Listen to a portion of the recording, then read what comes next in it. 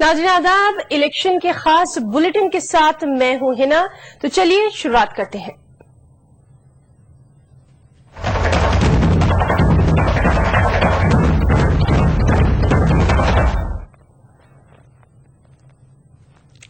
लोकसभा इंतखाबात के 5वें मरहले के तहत आज 12 रियासतों की 121 सीटों के लिए वोट डाले जा रहे हैं। कर्नाटक की 28, राजस्थान की 20, महाराष्ट्र की 19, उत्तर प्रदेश की 11 और उड़ीसा की 11 सीटों के अलावा मध्य प्रदेश के 10, बिहार के 7, झारखंड के 6, मगरबी बंगाल के 4, छत्तीसगढ़ के 3, जम्मू कश्मीर और मणिपुर के एक लोकसभा हलके में वोटिंग शुरू हो चुकी है। राय दही के पेश नजर सिक्योरिटी के भी सख्त इंतजाम किए गए हैं। तफसीली रिपोर्ट। लोकसभा इंतखाबात के 5वें मरहले के तहत आज 121 हलकों में वोटिंग हो रही है। इलेक्शन कमीशन की जानिब से वसी पैमाने पर इंतजाम किए गए हैं। जिन हलकों में वोटिंग हो रही है उनमें कर्नाटक की 28 सीटें हैं। कर्नाटक में 28 सीटों के लिए 435 उम्मीदवार मैदान में हैं। 4,46,43,000 से ज्यादा वोटर्स राय दहिंदों की किस्मत का फैसला कर रहे हैं। रियासत भर में 54,294 पोलिंग मराकज कायम किए गए हैं। इनमें 8,658 इंतहाई हसास और 14,400 हसास हैं। रियासत के वोटर जिन दिग्गजों की किस्मत का फैसला करेंगे उनमें हासन से जेडीएस उम्मीदवार और साबिक वजीर आजम एच.डी. देवेगौड़ा, चिकबल्लापुर से कांग्रेस उम्मीदवार और मरकजी वजीर वीरप्पा मोइली, यहीं से JDS leader HD. Kumaraswamy, Shimoga से साबिक वजीर आला और बीजेपी उम्मीदवार बीएस येदियुरप्पा, यहीं से साबिक वजीर आला एस बंगारप्पा की बेटी गीता शिवकुमार, शिवाली बेंगलुरु से नंदन नेलकनी, सदानंद गौड़ा और अनंत कुमार, धर्म सिंह, मल्लिकार्जुन खड़गे के नाम अहम है। राजस्थान की 20 सीटों पर भी आज पोलिंग करवाई जा रही है। इन 20 सीटों में कांग्रेस 15 सीटों का दिफा कर रही है। राजस्थान की 20 सीटों पर 239 उम्मीदवार किस्मत आजमा रहे हैं। यहाँ बाड़मेर, सीकर, अजमेर, जयपुर, देही हलकों पर निगाहें हैं। बाड़मेर और सीकर में बीजेपी को अपने पुराने वफादारों जसवंत सिंह और सुभाष महारिया की नाराजगी का सामना है। जसवंत सिंह और सुभाष महारिया आजाद उम्मीदवार के तौर पर बाड़मेर और सीकर से मैदान में हैं। रियासत के 13 हलकों पर इस बार 25 मुस्लिम उम्मीदवार भी मैदान में हैं। यहाँ मुसलमानों की 11.4% आबादी है, मगर 1952 से अब तक यहाँ से एक ही मुस्लिम उम्मीदवार पार्लियामेंट गया है। उधर मगरबी महाराष्ट्र, मराठवाड़ा और कोंकण के 19 हलकों पर भी 5वें मरहले के तहत वोटिंग हो रही है। 3.25 करोड़ वोटर 358 उम्मीदवारों की किस्मत का फैसला ईवीएम में महफूज कर रहे हैं। जिन उम्मीदवारों पर सबकी निगाहें उनमें शोलापुर से कांग्रेस उम्मीदवार सुशील कुमार शिंदे, नांदेड़ से अशोक चौहान, पुणे से विश्वजीत कदम, बारामती से सुप्रिया सुले शामिल हैं। उत्तर प्रदेश और उड़ीसा की 11-11, मध्य प्रदेश की 10, बिहार की 7, झारखंड की 6, छत्तीसगढ़ की 3 और मणिपुर और जम्मू कश्मीर की एक सीट। प्रॉब्लम है। रामपुर की जनता क्या उम्मीद करे आपको? रामपुर की जनता जो है वो सबसे पहले ये कहेगी कि वो सुरक्षित हो, यानी हिफाजत से रहे, आराम से नींद उसकी हो, रात को तोड़ फोड़ नहीं हो, घर नहीं टूटे, बस्तियां नहीं उजड़े, बच्चे नहीं वो हो, या खुदा न करे मुजफ्फरनगर की तरह यहाँ पे दंगे फसाद नहीं हो और यहाँ विकास हो। जो बंद कर दिया गया कारोबार वो चालू हो, चले, लकड़ी का और किसानों के साथ जो हो रहा है वो खत्म हो जाए, उनके साथ राहत मिले, ये सब होगा। बेरोजगारी की बात करें, यहाँ पे बेरोजगारी बहुत बड़ी समस्या है यहाँ के लिए। बेरोजगारों के लिए क्या करेंगे, युवाओं के लिए क्या करेंगे? युवाओं के लिए तो राहुल जी ने पूरी स्कीम बना रखी है, वो ये नवीन मियां भी उन्हीं की टीम में होंगे इंशाल्लाह। बिल्कुल, जिस तरह से आप देख ही रहे थे कि बेगम नूर बानो यहाँ पे जिस तरह दावे कर रही थी कि बेरोजगारों युवाओं के लिए भी मौके होंगे और जो यूथ के लिए जिस तरह से ये लोग रामपुर छोड़ के जा रहे हैं उनको आगे भी मौका देंगे और यहाँ पे रोजगार के अवसर पैदा करेंगे ताकि रामपुर का जो युवा है वर्ग है वो यहीं पे रहे और जो पुश्तैनी उद्योग धंधे हैं जो खत्म होते जा रहे हैं उनको दोबारा पनपने का मौका दिया जाएगा। अनुपम।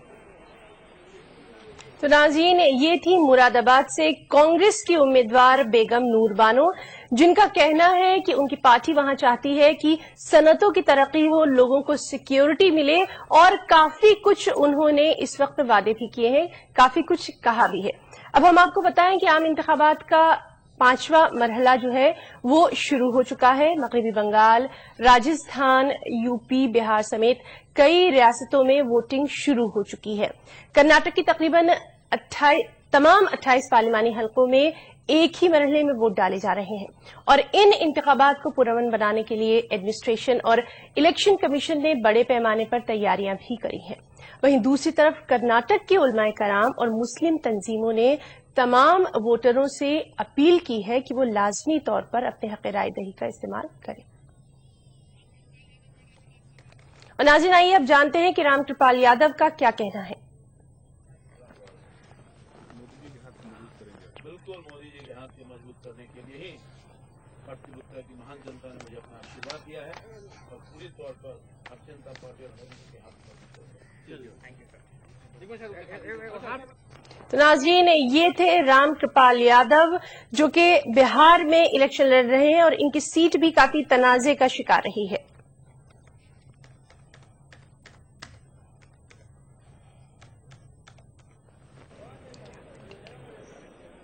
जमहूरियत वो तर्ज हुकूमत है कि जिसमें बंदों को गिना करते हैं, तौला नहीं करते।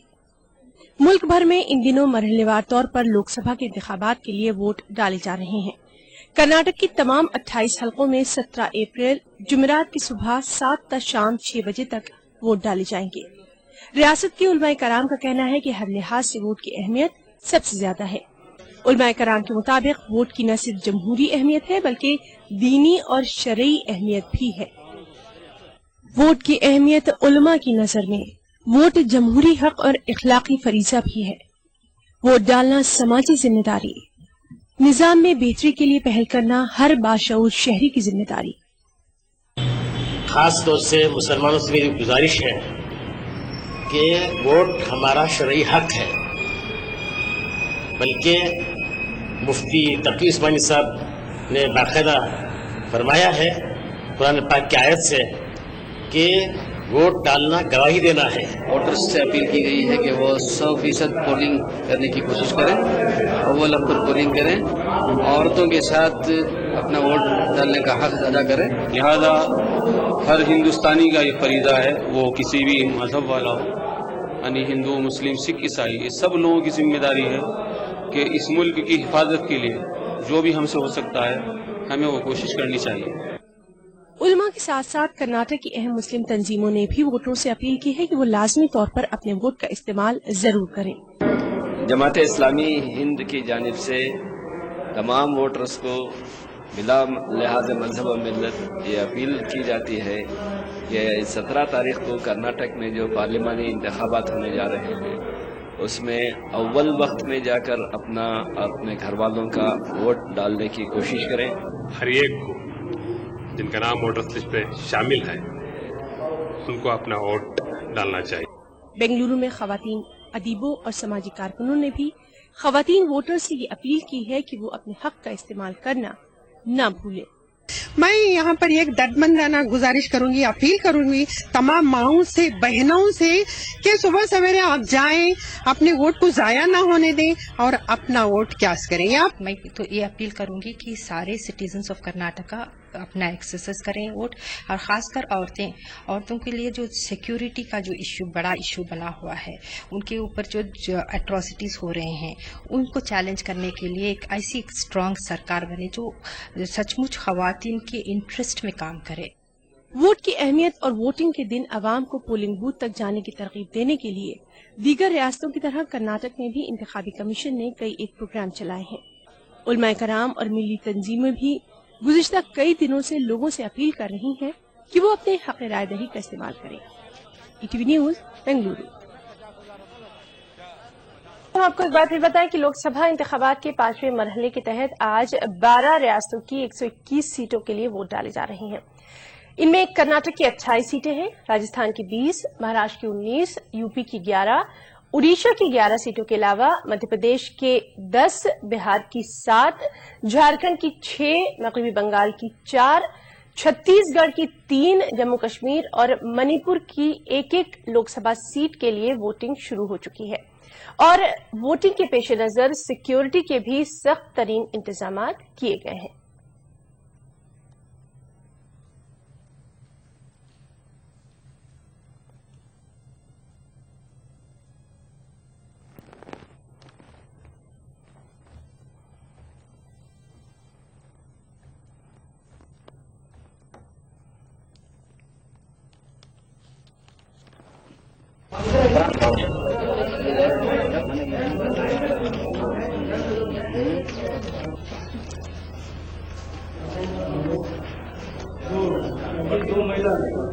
लोकसभा थी वो सीट जो राजस्थान में सबसे ज्यादा हॉटसीट बनी हुई है और इसी सीट पे कभी बीजेपी के हनुमान रहे जसवंत सिंह के भविष्य का फैसला होगा। सिर्फ जसवंत सिंह ही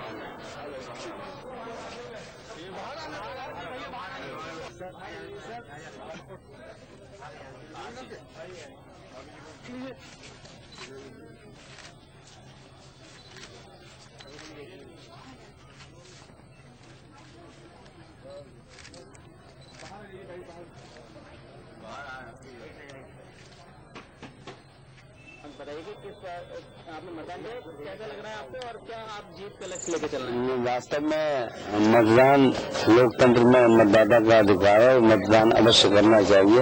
हम आपके माध्यम से सभी बरेली वासी मतदाताओं से कहेंगे कि अवश्य मतदान करें और इसमें पूरा योगदान सहयोग करें। प्रशासन की व्यवस्था ठीक है और हम ऐसा समझते हैं कि अभी तो शुरुआत है, पर निश्चित भारतीय जनता पार्टी और नरेंद्र मोदी की जीत होगी और देश के प्रधानमंत्री भी बनेंगे और यहाँ का चुनाव एक तरफा होगा, ऐसा हमारा मानना है। क्या मोदी की लहर है क्या यहाँ पे? मोदी क्या एक बार परिवर्तन की लहर है, परिवर्तन की लहर में जो मतदाताओं को ज्यादा उपयुक्त लग रहा है तो निश्चित रूप से मोदी और संतोष गंगवार दोनों नाम एक साथ जुड़ गए हैं और इनके समर्थन में पूरा बरेली लोकसभा क्षेत्र है। बुंदेलखंड में कितनी सीटें आपको मानना है? अब तो ऐसा लग रहा है ये दौर सुनामी का है।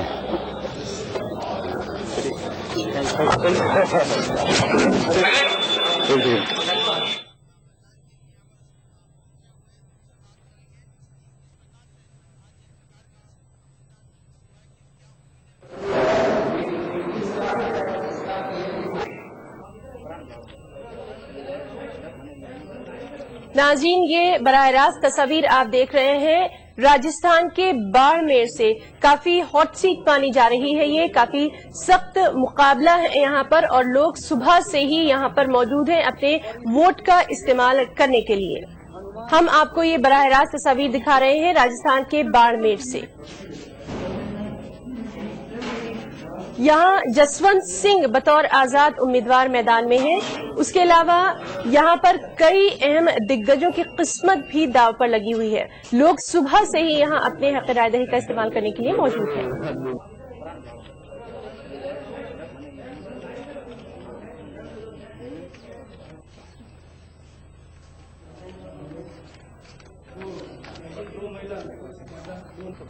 वो सीट जो राजस्थान में सबसे ज्यादा हॉटसीट बनी हुई है और इसी सीट पे कभी बीजेपी के हनुमान रहे जसवंत सिंह के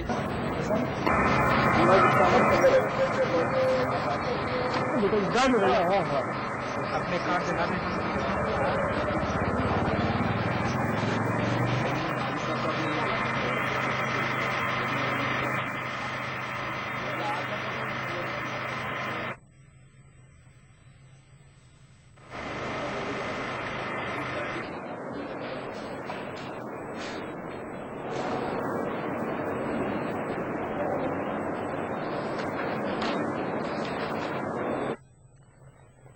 और नाज़रीन, एक बार फिर हम आपको बताएं कि आज लोकसभा इंतखाबात के 5th फेज की जो है उसके तहत 12 रियासतों की तकरीबन 121 सीटों के लिए वोट डाले जा रहे हैं।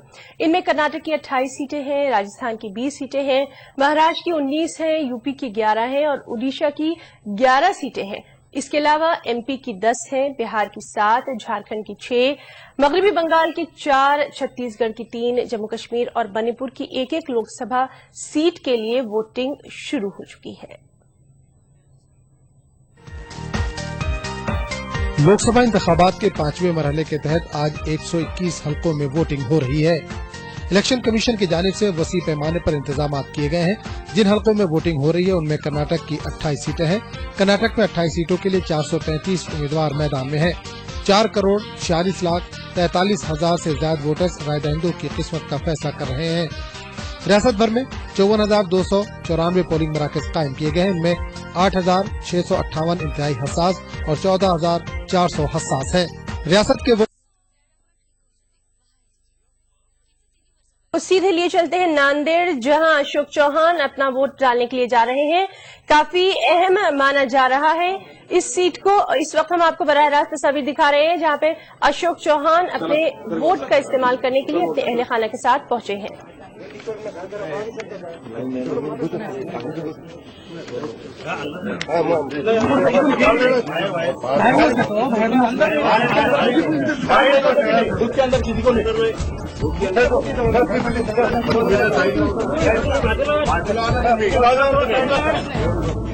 थोड़ा साइड खाली करना है, दो साइड थोड़ा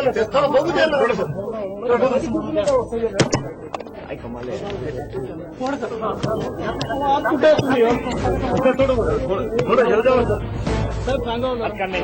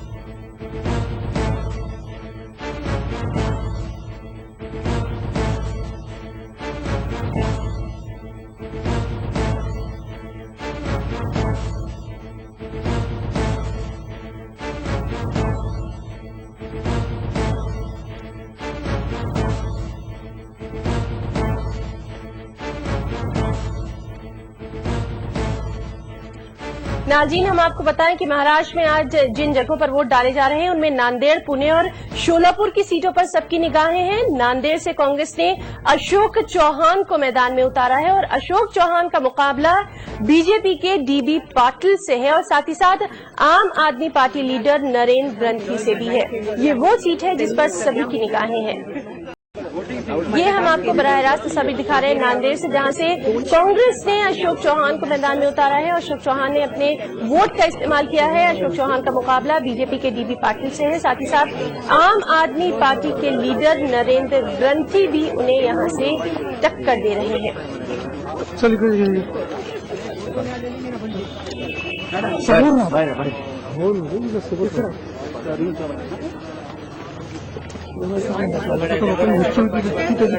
आगे बढ़ती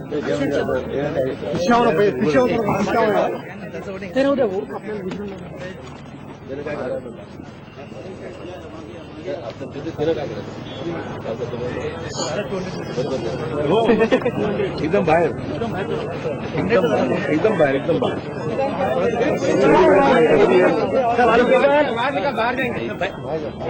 एवरीबडी आउटसाइड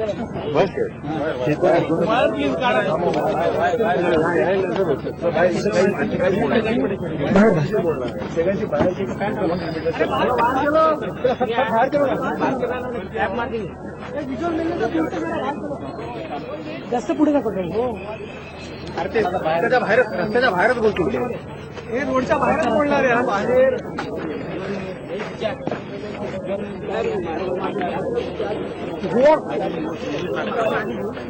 नाज़रीन, हम आपको बताएं कि नांदेड़ से कांग्रेस ने अशोक चौहान को मैदान में उतारा है, जो कि महाराष्ट्र के साबिक वज़ीर आला भी रहे हैं और काफी मुतनाज़ा रही है ये सीट। काफी सोच विचार के बाद कांग्रेस ने अशोक चौहान को इस मैदान में उतारा है। अशोक चौहान का मुकाबला यहाँ बीजेपी के डीबी पाटिल से है, साथ ही साथ आम आदमी पार्टी के लीडर नरेंद्र ग्रंथी से है।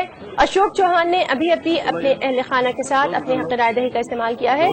हम आपको बताएं कि ये वो सीट है जिस पर सभी की निगाहें हैं और यहाँ पर कांग्रेस ने काफी सोच विचार के बाद साबिक वज़ीर आला अशोक चौहान को मैदान में उतारा। इस वक्त इनका मुकाबला बीजेपी के डीबी पाटिल और आम आदमी पार्टी लीडर नरेंद्र ग्रंथी से है। वोट डालने के बाद अशोक चौहान काफी इत्मीनान के मूड में नजर आ रहे हैं। अपने अहले खाना के साथ इन्होंने अपने हक राय दही का इस्तेमाल किया है।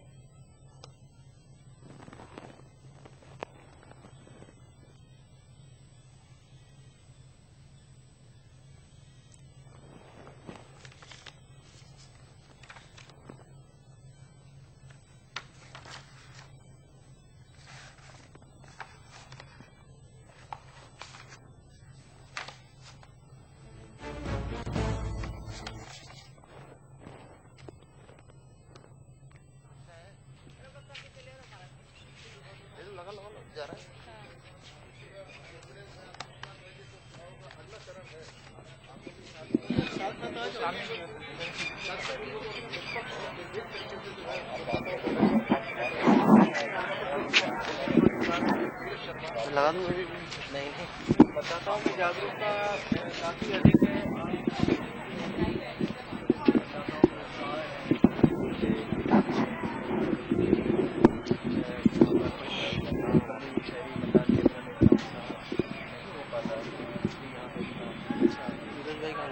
महाराष्ट्र के साबिक वज़ीर आला अशोक चौहान, जिन्होंने नांदेड़ में अपने हक राय दही का इस्तेमाल किया, अपने अहले खाना के साथ अशोक चौहान ने अपना वोट डाला है। हम आपको बताएं कि महाराष्ट्र में आज नांदेड़, पुणे और शोलापुर की सीटों पर वोटिंग हो रही है। नांदेड़ से कांग्रेस ने अशोक चौहान को मैदान में उतारा है। अशोक चौहान का मुकाबला बीजेपी के डीबी पाटिल से है, साथ ही साथ यहाँ इन्हें आम आदमी पार्टी के लीडर नरेंद्र ग्रंथी भी टक्कर दे रहे हैं। ये वो सीट है जिस पर सभी की निगाहें लगी हुई हैं। उसके अलावा शोलापुर की सीट है जिसपे वजीर दाखिला सुशील कुमार शिंदे हैं, उनके मुकाबले बीजेपी के शरद बंसोड़े हैं, साथ ही साथ आम आदमी पार्टी के ललित बब्बर भी हैं। पुणे की जो सीट है उस पर विश्वजीत कदम है, जिनका सामना बीजेपी के अनिल शिरोडे से है।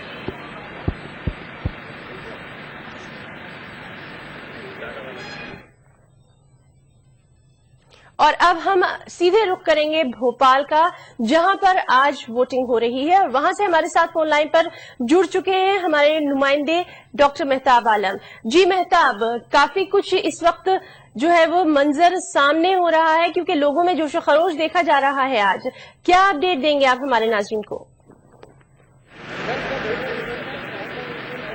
है ना, मैं बता दें कि भोपाल के साथ साथ मध्य प्रदेश में आज 10 लोकसभा सीटों पर वोट डाले जा रहे हैं। 142 उम्मीदवारों की किस्मत का फैसला होना है। भोपाल में जिस सीट पर हम खड़े हैं, अभी थोड़ी देर बाद यहाँ पर सुषमा स्वराज अपना वोट डालने के लिए आएंगे। भोपाल में सुबह 7 बजे से वोट डाले जा रहे हैं, लेकिन अगर हम वोटों की जो परसेंटेज की बात करें, इसकी तादाद की बात करें, उस जोश खरोश की बात करें, तो हमें नए भोपाल और पुराने भोपाल में खास फर्क देखने मिल रहा है। पुराने भोपाल में जहाँ पे लोग अभी घरों में पानी भरने के लिए और अपनी दूसरी जरूरियाती जिंदगी के लिए भी बाहर निकले हुए हैं, कहीं कहीं पर हमें इक्का दुक्का जो है लोग निकलते हुए नजर आ रहे हैं। अगर हम ये घंटे की बात करें तो इसमें जो है 8 से 10% ही वोट पड़ पाया है। अगर यहाँ पे हम है पूरे मध्य प्रदेश की जिन 10 लोकसभा सीटों पर वोट डाले जा रहे हैं उसकी बात करें तो 2009 के जो इंतखाब हुआ था, यहाँ पर कांग्रेस को 2 सीटें मिली थी, जबकि भारतीय जनता पार्टी के अपने उस हिस्से में 8 सीटें आई थी। इस बार भी दिलचस्प मुकाबला भारतीय जनता पार्टी और कांग्रेस के बीच ही है। आप पार्टी, समाजवादी पार्टी, या अगर हम जो है दूसरी पार्टियों की बात करें तो उनका यहाँ पर वजूद जो है नजर नहीं आ रहा है। खास मुकाबला बीजेपी और कांग्रेस के बीच है। और इन 8 सीटों में अगर मुस्लिम वोटों के रुझान की बात करें और तो ये बड़ा एक अहम होगा, क्योंकि भोपाल की सीट की अगर हम बात करें तो यहाँ पर 30% मुस्लिम वोटर हैं और ये जिस तरफ वोट डालेंगे उस पार्टी के उम्मीदवार की जो है किस्मत जो है चमकेगी, है ना। जी मेहताब, आपसे ये जानना चाहेंगे कि जिस तरह हमने पिछले जो फेजेस रहे हैं उनमें ये देखा है कि दूसरे लोगों के मुकाबले जो पहली बार वोट डालने के लिए जिनको इख्तियार दिया गया है, तो जो फर्स्ट वोटर्स हैं उनमें काफी जोशो खरोश देखा जा रहा है, क्योंकि कहीं ना कहीं बेदारी मुहिम जो है वो काफी चलाई गई है। उसके अलावा मीडिया ने भी काफी अहम रोल अदा किया है। तो कहीं ना कहीं जो यंगस्टर्स हैं वो बहुत कुछ चेंजेस देखना चाहते हैं।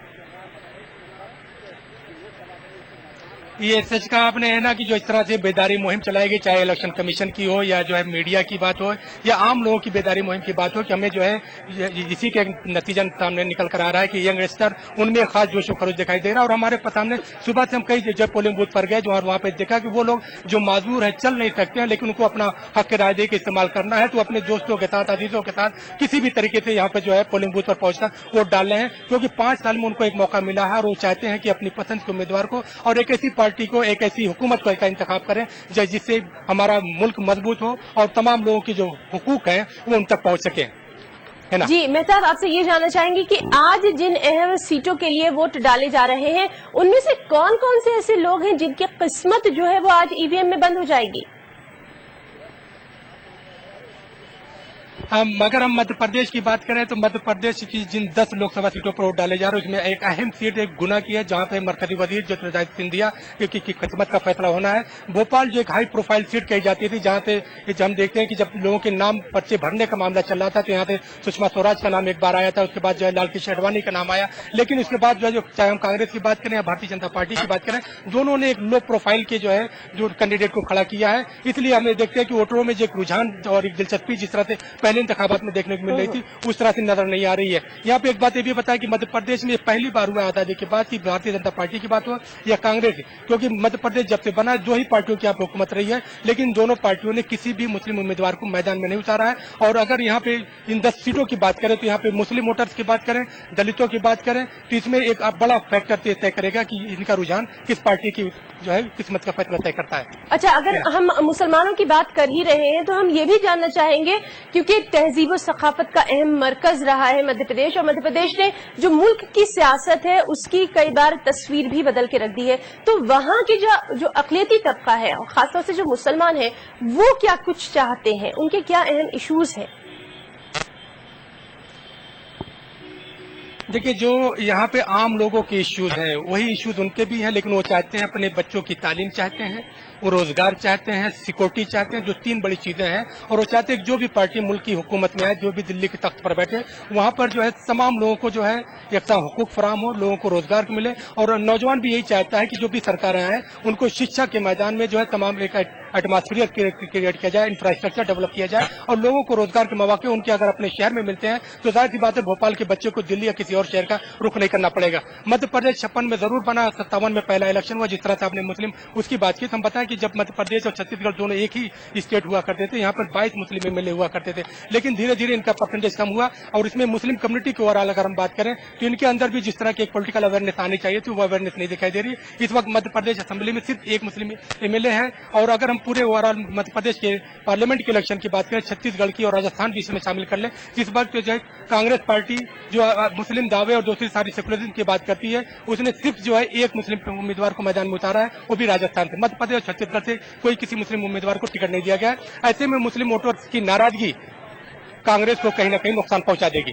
जी मेहताब, हमारे पास ये भी इत्तलात आ रही है कि भोपाल में जो वोटर्स हैं उनको कुछ खास दिक्कतों का सामना करना पड़ा है, तो क्या कहीं ईवीएम में किसी खराबी की जो कोई इत्तला है वो आई है, या फिर वोटर्स को किस तरह की दिक्कतें पेश आ रही हैं? है ना, आपने सही कहा कि जो है जहाँ हमने कई जगहों पर जिस तरह दौरा किया, जो सरकारी अफसरान को जिनको ड्यूटी पर लगाया गया है, जो लोगों को जो है पर्चियां फाड़ के देते हैं वोट डालने के लिए, वहां पर उनके पास बैठने की तक की जगह नहीं है। अगर हम पोलिंग बूथ नंबर 53, 54, 55, 56, 57, 58 की बात करें तो वहाँ पर इस तरह का कोई इंतजाम इलेक्शन कमीशन जाने से नहीं किया गया है कि वो लोग वहाँ पे बैठ कर वो अपने लोग खड़े होकर काम कर रहे हैं। अगर हम पोलिंग बूथ नंबर 156, 157 की बात करें तो वहाँ पर वीवीएम मशीन खराब थी और वहाँ पर आधे घंटे बाद से जो है पोलिंग शुरू हुई। इस तरह की जो है खामियां हमें देखने को मिल रही है। शायद कहीं ना कहीं हमें देखने को मिल रहा है कि इलेक्शन कमीशन से कहीं चूक हुई है, उस तरह के जो इंतजाम करना चाहिए था वो नहीं कर सकी, है ना। जी, ये तो रही मशीनों की खराबी की बात। अब हम ये जानना चाहेंगे कि वहां पर सिक्योरिटी की किस तरह से इंतजाम किए गए हैं, क्योंकि सिक्योरिटी सबसे अहम है, खासतौर से जो लोग वोट डालने के लिए आ रहे हैं उनके लिए। है ना। यहाँ पे मध्य प्रदेश के जिन 10 पार्लियामेंट्री सीटों पर इलेक्शन वोट डाले जा रहे हैं, यहाँ पर सिक्योरिटी के सख्त इंतजाम किए गए। भोपाल में 1773 पोलिंग बूथ है, जिसमें 350 पोलिंग बूथ ऐसे हैं जिसको हसास करा दिया गया। अगर हम पूरे ओवरऑल 10 सीटों की बात करें तो यहाँ पर आज चंबल की 4 लोकसभा सीटों के वोट डाले जा रहे हैं। यहाँ पर 4000 पोलिंग बूथ ऐसे हैं जिनको सेंसिटिव करा दिया गया है और इलेक्शन कमीशन ने इस पर गहरी नजर रखने के लिए एक साफ और शफाफ इलेक्शन करवाने के लिए, फेयर इलेक्शन करवाने के लिए 4500 माइक्रो ऑब्जर्वर को भी तैनात किया है ना। जी मेहताब, ये तो रही सिक्योरिटी की बात या कुछ खराबियों की बात। अब आपसे ये जानना चाहेंगे कि जिस तरह से पिछले जो फेजेस हुए थे उनमें हमने देखा था कि बहुत सारे दिलचस्प मनाजिर हमारे सामने आए थे। लोग जो है अपने एक एक वोट का इस्तेमाल करने के लिए हकीकी मायनों में सामने आ रहे हैं। बहुत सारे ऐसी चीजें सामने आई थी जिनको देख के हमें भी एहसास हुआ था कि वाकई वोट काफी अहम होता है। तो अभी तक कुछ ऐसे मनाजिर सामने आए हैं तो हमारे नाज़रीन के साथ शेयर करिए। जी है ना, आपने बड़ा अच्छा सवाल किया। जाहिर सी बात है, जमहूरी मुल्क में, डेमोक्रेटिक कंट्रीज में वोट जो है सबसे बड़ा हक होता है और लोग इस जश्न को सेलिब्रेट करने के लिए 5 साल तक इंतजार करते हैं। मैंने सुबह ही देखा कि जब से 6:30 बजे हम एक पोलिंग बूथ पर पहुंचे, पोलिंग बूथ नंबर 156, 157 पर, तो वहां पर देखा कि यंगस्टर जो है 6:30 बजे ही आगे बैठ गए थे, जबकि वोटिंग जो है 7 बजे शुरू होनी हुई थी। उनसे हमने पूछा, उन्होंने कहा कि सर हमें पहली बार वोट डालने का मौका मिला है और हम रात भर नींद नहीं है, हम सिर्फ यही सोचते रहे कि किस तरह से हम पोलिंग बूथ पर पहुंचे और अपने हक की राय देकर इस्तेमाल करें। इसी तरह से हमने कुछ माजूर लोगों को भी देखा जो अपने घरों से निकले और वहां तक पहुंचे। इसी तरह से अगर हम किन्नर की बात करें, जिस तरह से उनको जो तीसरे उसमें शामिल किया गया है, वो उनकी भी एक बड़ी तादाद भोपाल में रहती है। पोलिंग बूथ नंबर 53, 54, 55, 56 पे बात करें तो उनकी भी सुबह से हमें कतारें देखने को मिली और उन्होंने बड़ी जोश और खरोश के साथ वोट डाला है ना। जी मेहताब, तो ये तो रही यंगस्टर्स के जोश और खरोश की बात। अब खवातीन की बात के बिना हमारी ये बातचीत जो है ये अधूरी ही मानी जाएगी। पहले ये माना जाता था कि वो घर के कामकाज कर ले, उसके बाद वो बाहर निकलेगी और उसमें भी वो निकलेंगी या नहीं इस पे भी शक व शुबा रहता था। तो सुबह से आप वहां मौजूद हैं, तो लेडीज के बारे में क्या आपके सामने आ रहा है ना। लेडीज में भी हमारी जो है नई जो यंगस्टर बहनें हैं, हमारी माएँ हैं, सब में एक बड़ा जोश और खरोश देखने को मिल रहा है। वो जो है औरतें जो खवातीन पर्दे में रहती थी पहले, जो है उनके यहाँ वोट की माने समझ में नहीं आते थे।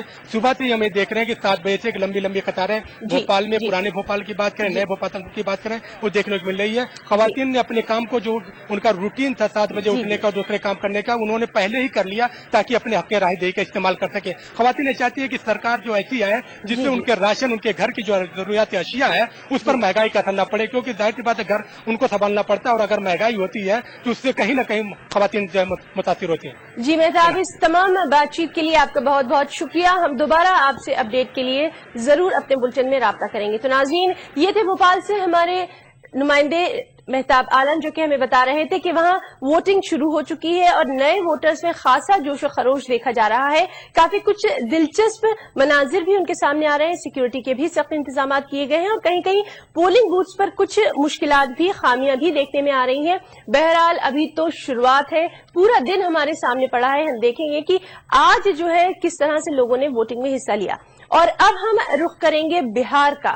जी हां, बिहार में भी आज पोलिंग हो रही है और बिहार पर भी काफी नजरें लगी हुई हैं। बिहार की सियासत ने काफी कुछ जो है उतार चढ़ाव देखे पिछले दिनों। तो अब आज जो है वहां पर लोगों का क्या रुझान देखने में आ रहा है, या सुबह से वहां क्या मनाजिर है, इस तमाम जानकारी के लिए हमारे साथ फोन लाइन पर जुड़ चुके हैं महफूज। जी महफूज, इस वक्त क्या कुछ सामने आ रहा है, क्या कुछ देखा जा रहा है?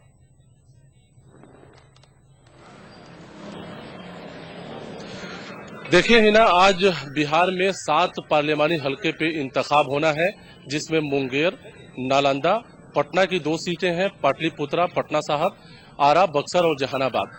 हिना, हम आपको बता दें कि जो 7 पार्लियामानी हलके हैं जहां पे इंतखाब हो रहा है, कई पार्टियों की इज्जत दांव पर लगी है।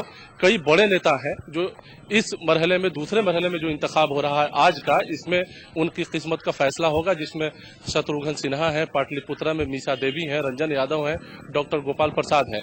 एक बात और हम बता दें आपको कि हिफाजत का काफी सख्त इंतजाम किया गया है। लोगों के बैठने का, वोटिंग डालने का भी इंतजाम है। सुबह से ही पोलिंग बूथों पर लोगों की लंबी कतार देखने को मिल रही है। चूंकि जाहिर है गर्मी का दिन है, लोग चाहते हैं कि धूप निकलने से पहले ही वो अपने हक के रायदही का इस्तेमाल कर सकें। एक और खास बात जो देखने में आई इस बार, खासतौर से इस बार के इंतखाब में, कि बड़ी तादाद में खवातीन पोलिंग बूथों पर नजर आ रही हैं। तकरीबन 1,22,00,000 के करीब इन 7 पार्लियामानी हलके में आज लोग हैं जो अपने हक रायदही का इस्तेमाल करेंगे। 42,000 नौजवानों को तैनात किया गया है ताकि हिफाजत उनकी की जा सके। हिफाजत का इंतजाम काफी सख्त किया गया है ताकि लोग घरों से बाहर निकलें और अपने हक रायदही का इस्तेमाल करें। कई बूथों को काफी हसास माना गया है जहां पे वेबकास्टिंग के जरिए वोट कराई जा रही है। अभी सुबह से जो हम लोग कवर कर रहे थे, कई जगह से ये खबरें आई कि कई इलाकों में ईवीएम मशीन खराब हो गया, जिसकी वजह से लोगों को थोड़ी मुश्किलों का सामना करना पड़ा। लोग हंगामा कर रहे थे, लेकिन कुल मिला के ये कहा जा सकता है कि तमाम पोलिंग बूथों पर लोगों की लंबी लाइन देखने को मिल रही है। खवातीन भी बड़ी तादाद में शामिल है। अगर बात करें पटना की, तो पटना में 2 सीटें हैं, पटना साहब और पाटलिपुत्रा। पटना साहिब में जी हिना जी, महफूज यही आपसे जानना चाहते थे कि पाटलिपुत्र से अगर हम शुरुआत करें, काफी हॉट सीट है और मुकाबला भी यहाँ चाचा भतीजी का ही माना जा रहा है, क्या कहेंगे?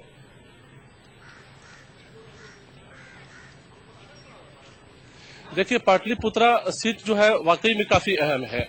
लास्ट इंतखाब के ऊपर अगर गौर करें तो वहां से लालू प्रसाद और रंजन यादव की लड़ाई हुई थी, और इस बार लालू प्रसाद चुनाव नहीं लड़ रहे हैं, उनकी बेटी लड़ रही है, मीसा भारती लड़ रही हैं, और लालू के काफी करीबी रहे रामकृपाल यादव पार्टी छोड़कर बीजेपी में शामिल हो गए और बीजेपी से जो है वहां पे उम्मीदवार बनाए गए हैं।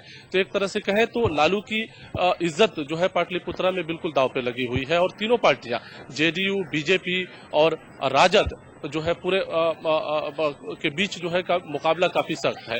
तो पाटलिपुत्रा में ये मसला तो है कि तमाम पार्टियों की इज्जत दांव पर लगी है। वहीं पटना साहब में स्टार वार है बिल्कुल। बीजेपी के शत्रुघ्न सिन्हा सिटिंग एमपी हैं, इस बार दोबारा मैदान में है। वहीं कांग्रेस पार्टी के जो लोग हैं और गोपाल जी हैं। एक तरह से कहा जाए तो पटना साहिब में और पाटलिपुत्रा में दोनों में सूबाई जो हुकूमत है जेडीयू की और जो अपोजिशन यहाँ रही है आरजेडी की, और एनडीए, जाहिर है एनडीए गठबंधन नहीं है, एनडीए इत्तेहाद नहीं है, तो बीजेपी भी अपनी पूरी ताकत लगा दी है। एक बात है ना, हम ये कहना चाहेंगे कि अगर पिछले असेंबली इंतखाब पे अगर गौर करें, जब बिहार में एनडीए का इत्तेहाद था तो तमाम ये जो 7 हल्के हैं, 7 हल्के की बात की जाए तो सभी असेंबली हल्कों में ज्यादातर सीटों पर जेडीयू और बीजेपी का कब्जा रहा था। इस बार अभी के चुनाव में जाहिर है एनडीए इत्तेहाद नहीं है और जेडीयू और बीजेपी आमने सामने खड़ी है, राजद आमने सामने खड़ा है, तो मुकाबला बिल्कुल सख्त है। एक बात और, इस बार 4 लाख से ज्यादा नए वोटर हैं जो दूसरे मरहले में आज इंतखाब डाल रहे हैं। हम लोग सुबह में पोलिंग बूथों पर गए थे। जो युवा हैं, यंगर जनरेशन है, उनमें काफी खुशी है। काफी खुशी इस बात का देखा जा रहा है कि नहीं, मुस्तकबिल है देश का। वो खुद भी जो है लोगों से अपील कर रहे हैं कि लोग अपने घरों से निकले और बड़ी तादाद में वोट डालें। जी है ना जी। महफूज, अगर हम बात करें पिछले कुछ दिनों की, तो बिहार में काफी जो सियासत थी वो काफी गर्मा गई थी, रोज कुछ न कुछ खबरें आ रही थी। अगर हम बात करें अब जो परवीन अमानुल्लाह की, जो कि आम आदमी पार्टी में शामिल हुई हैं और इनका जाना जो है वो काफी अहमियत जो है वो भी रखता है, तो पटना साहब से, जैसा कि आपने कहा कि यहाँ से स्टार वॉर भी है, बिहारी बाबू नाम से जो मशहूर है शत्रुघ्न सिन्हा, उनका मुकाबला जो है वो यहाँ आसान नहीं देखा जा सकता।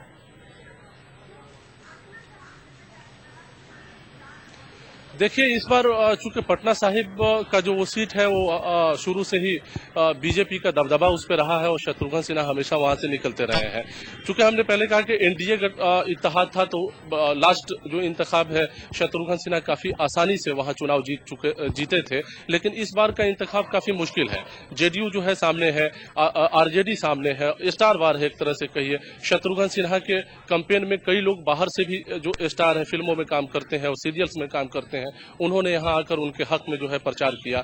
आप कहें परवीन अमानुल्लाह की जहां तक बात है, तो वहां पे परवीन अमानुल्लाह की स्थिति भी, हालात भी उनकी मजबूत नजर आ रही है। मुस्लिम वोटर जो है वहां 2 से 2.5 लाख के करीब है। ये माना जा रहा है कि वो जो है परवीन अमानुल्लाह के हक में जो है अपने हक रायदही का इस्तेमाल करेंगे। बावजूद इसके मुकाबला काफी सख्त होगा, क्योंकि वहां पटना साहिब का जो जातीय समीकरण है, जो वहां की तस्वीर है, बिल्कुल ऐसी तस्वीर है जहां किसी भी पार्टी के उम्मीदवार के हक में जो है कोई फैसला नहीं दिया जा सकता है। बहुत कंफ्यूजन के हालात वहां पे हैं अभी, और मुकाबला काफी सख्त है। ये जरूर है कि शत्रुघ्न सिन्हा के लिए पिछले इंतखाब की तरह इस बार का इंतखाब नहीं है कि आसानी से वहां पे जीत हासिल की जा सकती है। काफी मुशक्कत करना पड़ रहा है। कई पार्टियां जो है बिल्कुल मजबूत दावेदारी में है और मुकाबला काफी सख्त है ना जी। अगर हम आरा की बात करें, जहां से साबिक दाखिला सेक्रेटरी आर.के. सिंह जो है वो बीजेपी की टिकट पर पहली बार चुनाव लड़ रहे हैं, तो इस सीट पर भी सभी की निगाहें लगी हुई हैं।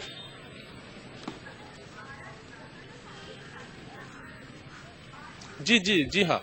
आरा ही नहीं, आरा, बक्सर, जहानाबाद और जो भी पटना की बात हुई गई, मुंगेर, तमाम सीटों पर जो है तमाम सियासी पार्टियों ने अपनी पूरी ताकत झोंक दी है, पूरी ताकत लगा दी है।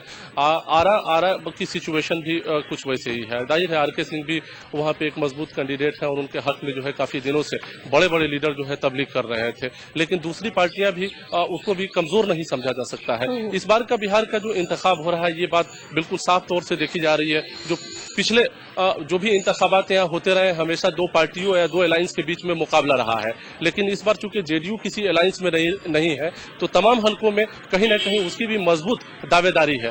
तो ऐसे में देखिए तो जो भी हलके हैं जहां पे इंतखाब हो रहा है या आगे तीसरे मरहले में, चौथे, पांचवें, छठे मरहले में होगा, मैक्सिमम सीटों पर त्रिकोणीय मुकाबला है, यानी तीन लोगों के बीच में मुकाबला है, तीन पार्टियों के बीच में मुकाबला है। तो ऐसे में कहना मुश्किल है कि कौन पार्टी काफी मजबूत है और दूसरी पार्टी मजबूत नहीं है। जो वोटर्स हैं उनके बीच में कंफ्यूजन की हालात नहीं है।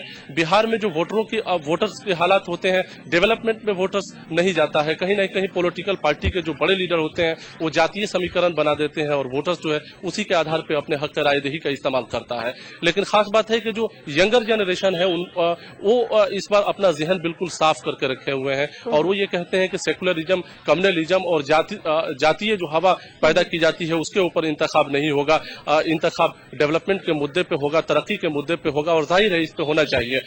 लेकिन जो बड़े सियासी लीडर हैं बिहार में खास तौर से हमेशा ये कोशिश की जाती है तमाम इंतखाबात में कि जातीय समीकरण बनाया जाए और दूसरे किसी हवा को जो है सामने रखा जाए। लेकिन वोटर्स में कंफ्यूजन नहीं है। वो समझ चुके हैं, अपने उम्मीदवारों का इंतखाब कर चुके हैं। जाहिर है आज अपने हक रायदही का इस्तेमाल करेंगे। काफी खुश हैं, काफी कॉन्फिडेंट हैं, पूरे एतमाद है ना जी। महफूज, जैसे हमने जातीय समीकरण की बात की, वो तो बहुत वहां पे देखा ही जाता है। बिहार में काफी अहम रोल जो है वो शुरू से अदा करता रहा है। ये अच्छी बात है कि वहां पे नौजवानों में अब कुछ बेदारी आ रही है। अब हम बात करेंगे अकलियतों की और खासतौर से मुसलमानों की, क्योंकि अकलियतों का वोट जो है वो बिहार में काफी अहमियत रखता है। तो अकलियतों को, क्योंकि आपने वहां जमीनी सतह पर वहां आप देखते रहे हैं, आपने काफी चुनाव भी इससे पहले वहां पर कवर किए हैं, तो इस बार जो है अकलियत, उनमें किस तरह के चेंजेस आप देख रहे हैं?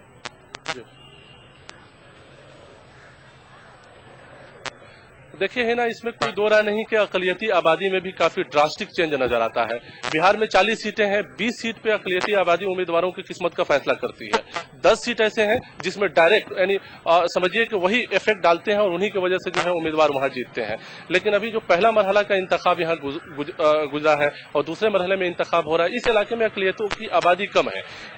आज जो 7 हल्के में इंतखाब हो रहा है, इसमें पटना में देखें तो अकलियती आबादी 12% के करीब है। नालंदा में जो बिहार शरीफ का इलाका है वहां तकरीबन 25% अकलियतों की आबादी है। फिर मुंगेर में अकलियतों की आबादी है। अगर बात किया जाए अकलियतों का वोट किधर जा रहा, तो आरजेडी की ये पूरी कोशिश रही है शुरू दिन से ही और पूरी मुहिम रही है कि उसका MY इत्तेहाद बरकरार रहे। नतीजे के तौर पर आरजेडी ने हमेशा ये कोशिश किया, जब टिकट का बंटवारा किया तो उसने मुसलमानों को सियासत में वाजिब हिस्सेदारी देने की कोशिश की। जेडीयू भी पीछे नहीं रही। जेडीयू ने भी ये कोशिश किया कि अकलियतों को सियासत में वाजिब हिस्सेदारी दिया जाए। नतीजे के तौर पर आरजेडी ने जितनी सीटें दी थी उसे 1 सीट बढ़ाकर ही जेडीयू ने दिया है। अब सवाल है कि अकलियत किधर जा रहा है, अकलियतों का मिजाज क्या है। तो अकलियती तबका मिजाज बना चुका है कि वो डेवलपमेंट पे वोट डालेगा।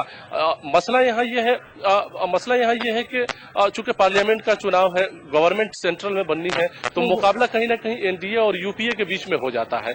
जेडीयू बीच में है जो थर्ड फ्रंट का दावा करता रहा है। तो जो कई लोगों से हम लोगों की बात हुई जो जेडीयू के बहुत बड़े हिमायती थे, वो भी सेंट्रल पॉलिटिक्स को लेकर 2 पार्टियों की हिमायत का मामला उछाला, दो पार्टियों के इशू की बात रखी। अकलियतों का वोट कहें तो पहले मरहले में भी और दूसरे मरहले में भी एक तरह से तकसीम हुआ है, डिवाइड हुआ है। कुछ वोट जो है जेडीयू में गया है, कुछ जो है आरजेडी का जो इत्तेहाद है कांग्रेस का, इसमें गया है। कुछ परसेंटेज ऐसा है जो बीजेपी को भी मिला है, इससे भी इनकार नहीं है। लेकिन हिना हम आपको बताना चाहेंगे कि जो तीसरे, चौथे, पांचवें और छठे मरहले में जो यहाँ इंतखाब होना है, वो इलाके जो है बिहार में अकलियतों की अक्सरियत वाले इलाके हैं और जहां पे डिसाइडिंग रोल जो है अकलियती आबादी डालता है। लेकिन आज का जो चुनाव है यहाँ आबादी कम है, 2 हल्के में ज्यादा वो लोग असर डालते हैं, बावजूद इसके जो है वोटों में तकसीम है। हालांकि देखें तो बिहार की जो अकलियती तंजीमें हैं, जो मजहबी रहनुमा है, उनकी तरफ से ये बार बार कोशिशें की गई थी कि अकलियतों का वोट तकसीम न हो, किसी एक पार्टी को जाए और शर्तों पे जाए। जो पार्टी अकलियतों के हक की बात करेगी, उनके डेवलपमेंट की बात करेगी, उन्हें अकलियती तबका वोट देगा। लेकिन अभी देखा गया जैसे पहले मरहले में ये बिल्कुल साफ तौर से नजर आया कि अकलियती आबादी के वोटों में तकसीम नजर आया और 2 पार्टियों के बीच में अकलियती आबादी के वोटों की तकसीम हुई। और इस बार जो दूसरा मरहले का इंतखाब है, इसमें भी कहीं न कहीं ये तस्वीर सामने नजर आ रही है। जी हिना जी महफूज, ये तो रही वोटरों की बात या सिक्योरिटी की। अगर हम बात करें तो काफी सेंसिटिव माना जा रहा है बिहार को भी सिक्योरिटी के पॉइंट ऑफ व्यू से, और इससे पहले काफी कुछ देखने में भी आया है। तो आज वहां पे सिक्योरिटी के क्या कुछ बंदोबस्त किए गए हैं? देखिए है ना, ये खुशी की बात है कि आज पोलिंग बूथों पर जब हम लोगों ने बात की खवातीन से खास तौर से और दूसरे लोगों से, तो लोगों ने ये कहा कि पहले जो इंतखाबात बिहार में होते रहे हैं, आज के इंतखाबात में काफी फर्क है, माहौल बदला है और लोग बड़ी तादाद में पोलिंग बूथों पर नजर आ रहे हैं। किसी को डर नहीं है, किसी को खौफ नहीं है किसी तरह का।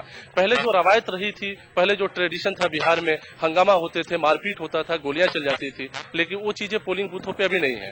हिफाजत की बात की जाए तो हिफाजत में जमीनी सतह पे भी काफी तैयारी है, हवाई जो है वहां से भी तैयारी है, नदियों और वहां से भी लोग जो है हिफाजत के इंतजाम में लगे हैं। 42,000 नौजवानों को तैनात किया गया है, चप्पे चप्पे पे पुलिस की नजर है। और हम आपको बताएं कि तकरीबन 3,000 समथिंग पोलिंग बूथ ऐसे हैं जिसको इलेक्शन कमीशन ने जो है उसको हसास बताया था और ये बताया था कि वहां anti social elements problem create कर सकते हैं। तो वहां पे लाइव वेबकास्टिंग के जरिए वोट किया जा रहा है, कई जगह डिजिटल वोट किया जा रहा है, कई जगह वीडियो रिकॉर्डिंग हो रही है। जो नक्सल इलाके हैं वहां पे ये कहा गया है कि 4 बजे तक वोटिंग होगी। हालांकि आज से 7 बजे से 6 बजे तक वोटिंग होना है, लेकिन वहां पे 4 बजे तक वोटिंग होगी। बावजूद इसके इलेक्शन कमीशन की तरफ से या सरकार की तरफ से इस बात की तमाम कोशिश की गई है कि कहीं भी किसी तरह का कोई प्रॉब्लम्स ना हो, किसी तरह के कोई हादसे ना हो, उसके लिए तमाम चौकसी की गई है, काफी पुख्ता इंतजाम किया गया है। अगर कहें तो पोलिंग बूथ पर ईवीएम मशीन के खराबी की वजह से कहीं कहीं हंगामे हुए हैं। जाहिर है जो लोग अपने हक रायदही का इस्तेमाल नहीं कर पा रहे हैं, जो लंबी लंबी लाइनों में घंटों खड़े रहते हैं, वो नाराज हैं और वहां जो है कई पोलिंग बूथों पर लोगों ने हंगामा किया है कि वो कम से कम अपने हक रायदही का इस्तेमाल कर सके। जाहिर है उनका वो हक है, जमहूरियत में पावर जो है लोगों के पास होता है, जनता के पास होता है और वही उम्मीदवारों की किस्मत का फैसला करता है। ये बात अपनी जगह सही है, लेकिन रहा एंटी सोशल एलिमेंट्स जो है कोई प्रॉब्लम क्रिएट कर दे, कहीं पे लड़ाई हो जाए, कहीं पे झगड़े हो जाए, ये रवायत से धीरे धीरे बिहार निकलता जा रहा है। जो बदलाव की बात हुई थी इतने दिनों से, वो बदलाव आज के दिन पोलिंग के दिन पोलिंग बूथों पर साफ तौर से नजर आ रही है। जी महफूज, अब जब बदलाव की बात आप कर ही रहे हैं, आपने ये भी बताया कि यंगस्टर्स में काफी जोशो खरोश देखा जा रहा है, तो क्या इस बदलाव की हवा जो है वो वहां की खवातीन वोटर्स में दिखाई दे रही है?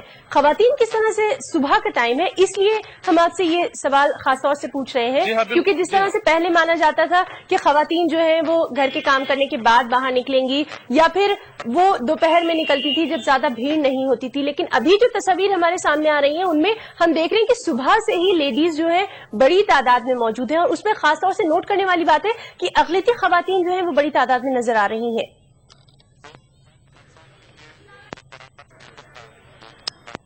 देखिए बड़ा मुद्दा है और आज जो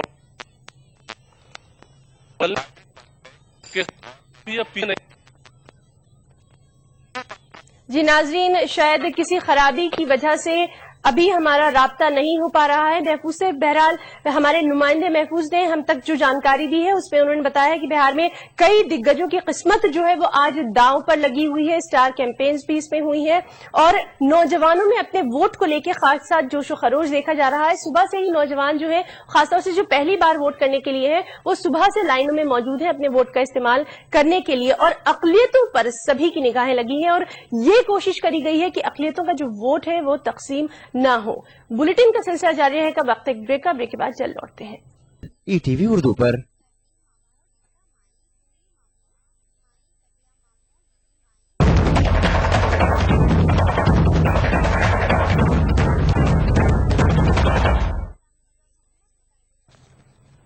ब्रेक के बाद इलेक्शन के इस खास पेशकश में एक बार फिर आप सभी का तहे दिल से इस्तकबाल करते हैं। नाज़रीन, हम आपको बताएं कि लोकसभा इंतखाबात के 5वें मरहले के तहत आज 12 रियासतों में इंतखाबी जो वोटिंग है वो शुरू हो चुकी है। सुबह से ही बड़ी कतारें लगी हुई हैं। अब हम रुख करेंगे उत्तर प्रदेश के संभल का और ये जानेंगे कि वहां हमारे नुमाइंदे ने क्या कुछ देखा।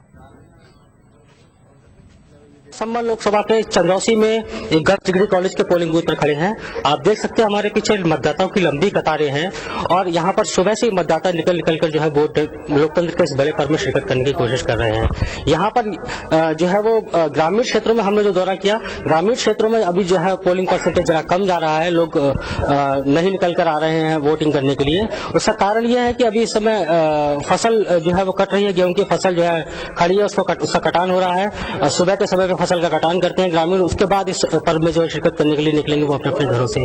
शहरी क्षेत्र में हम देख रहे हैं कि लगातार जो है मतदाताओं की कतार बढ़ती जा रही है और क्या बुजुर्ग, क्या युवा, क्या महिला सब आकर यहाँ पर वोट कर रहे हैं। अच्छा उत्साह देखा जा रहा है संभल लोकसभा सीट पर मतदाताओं का।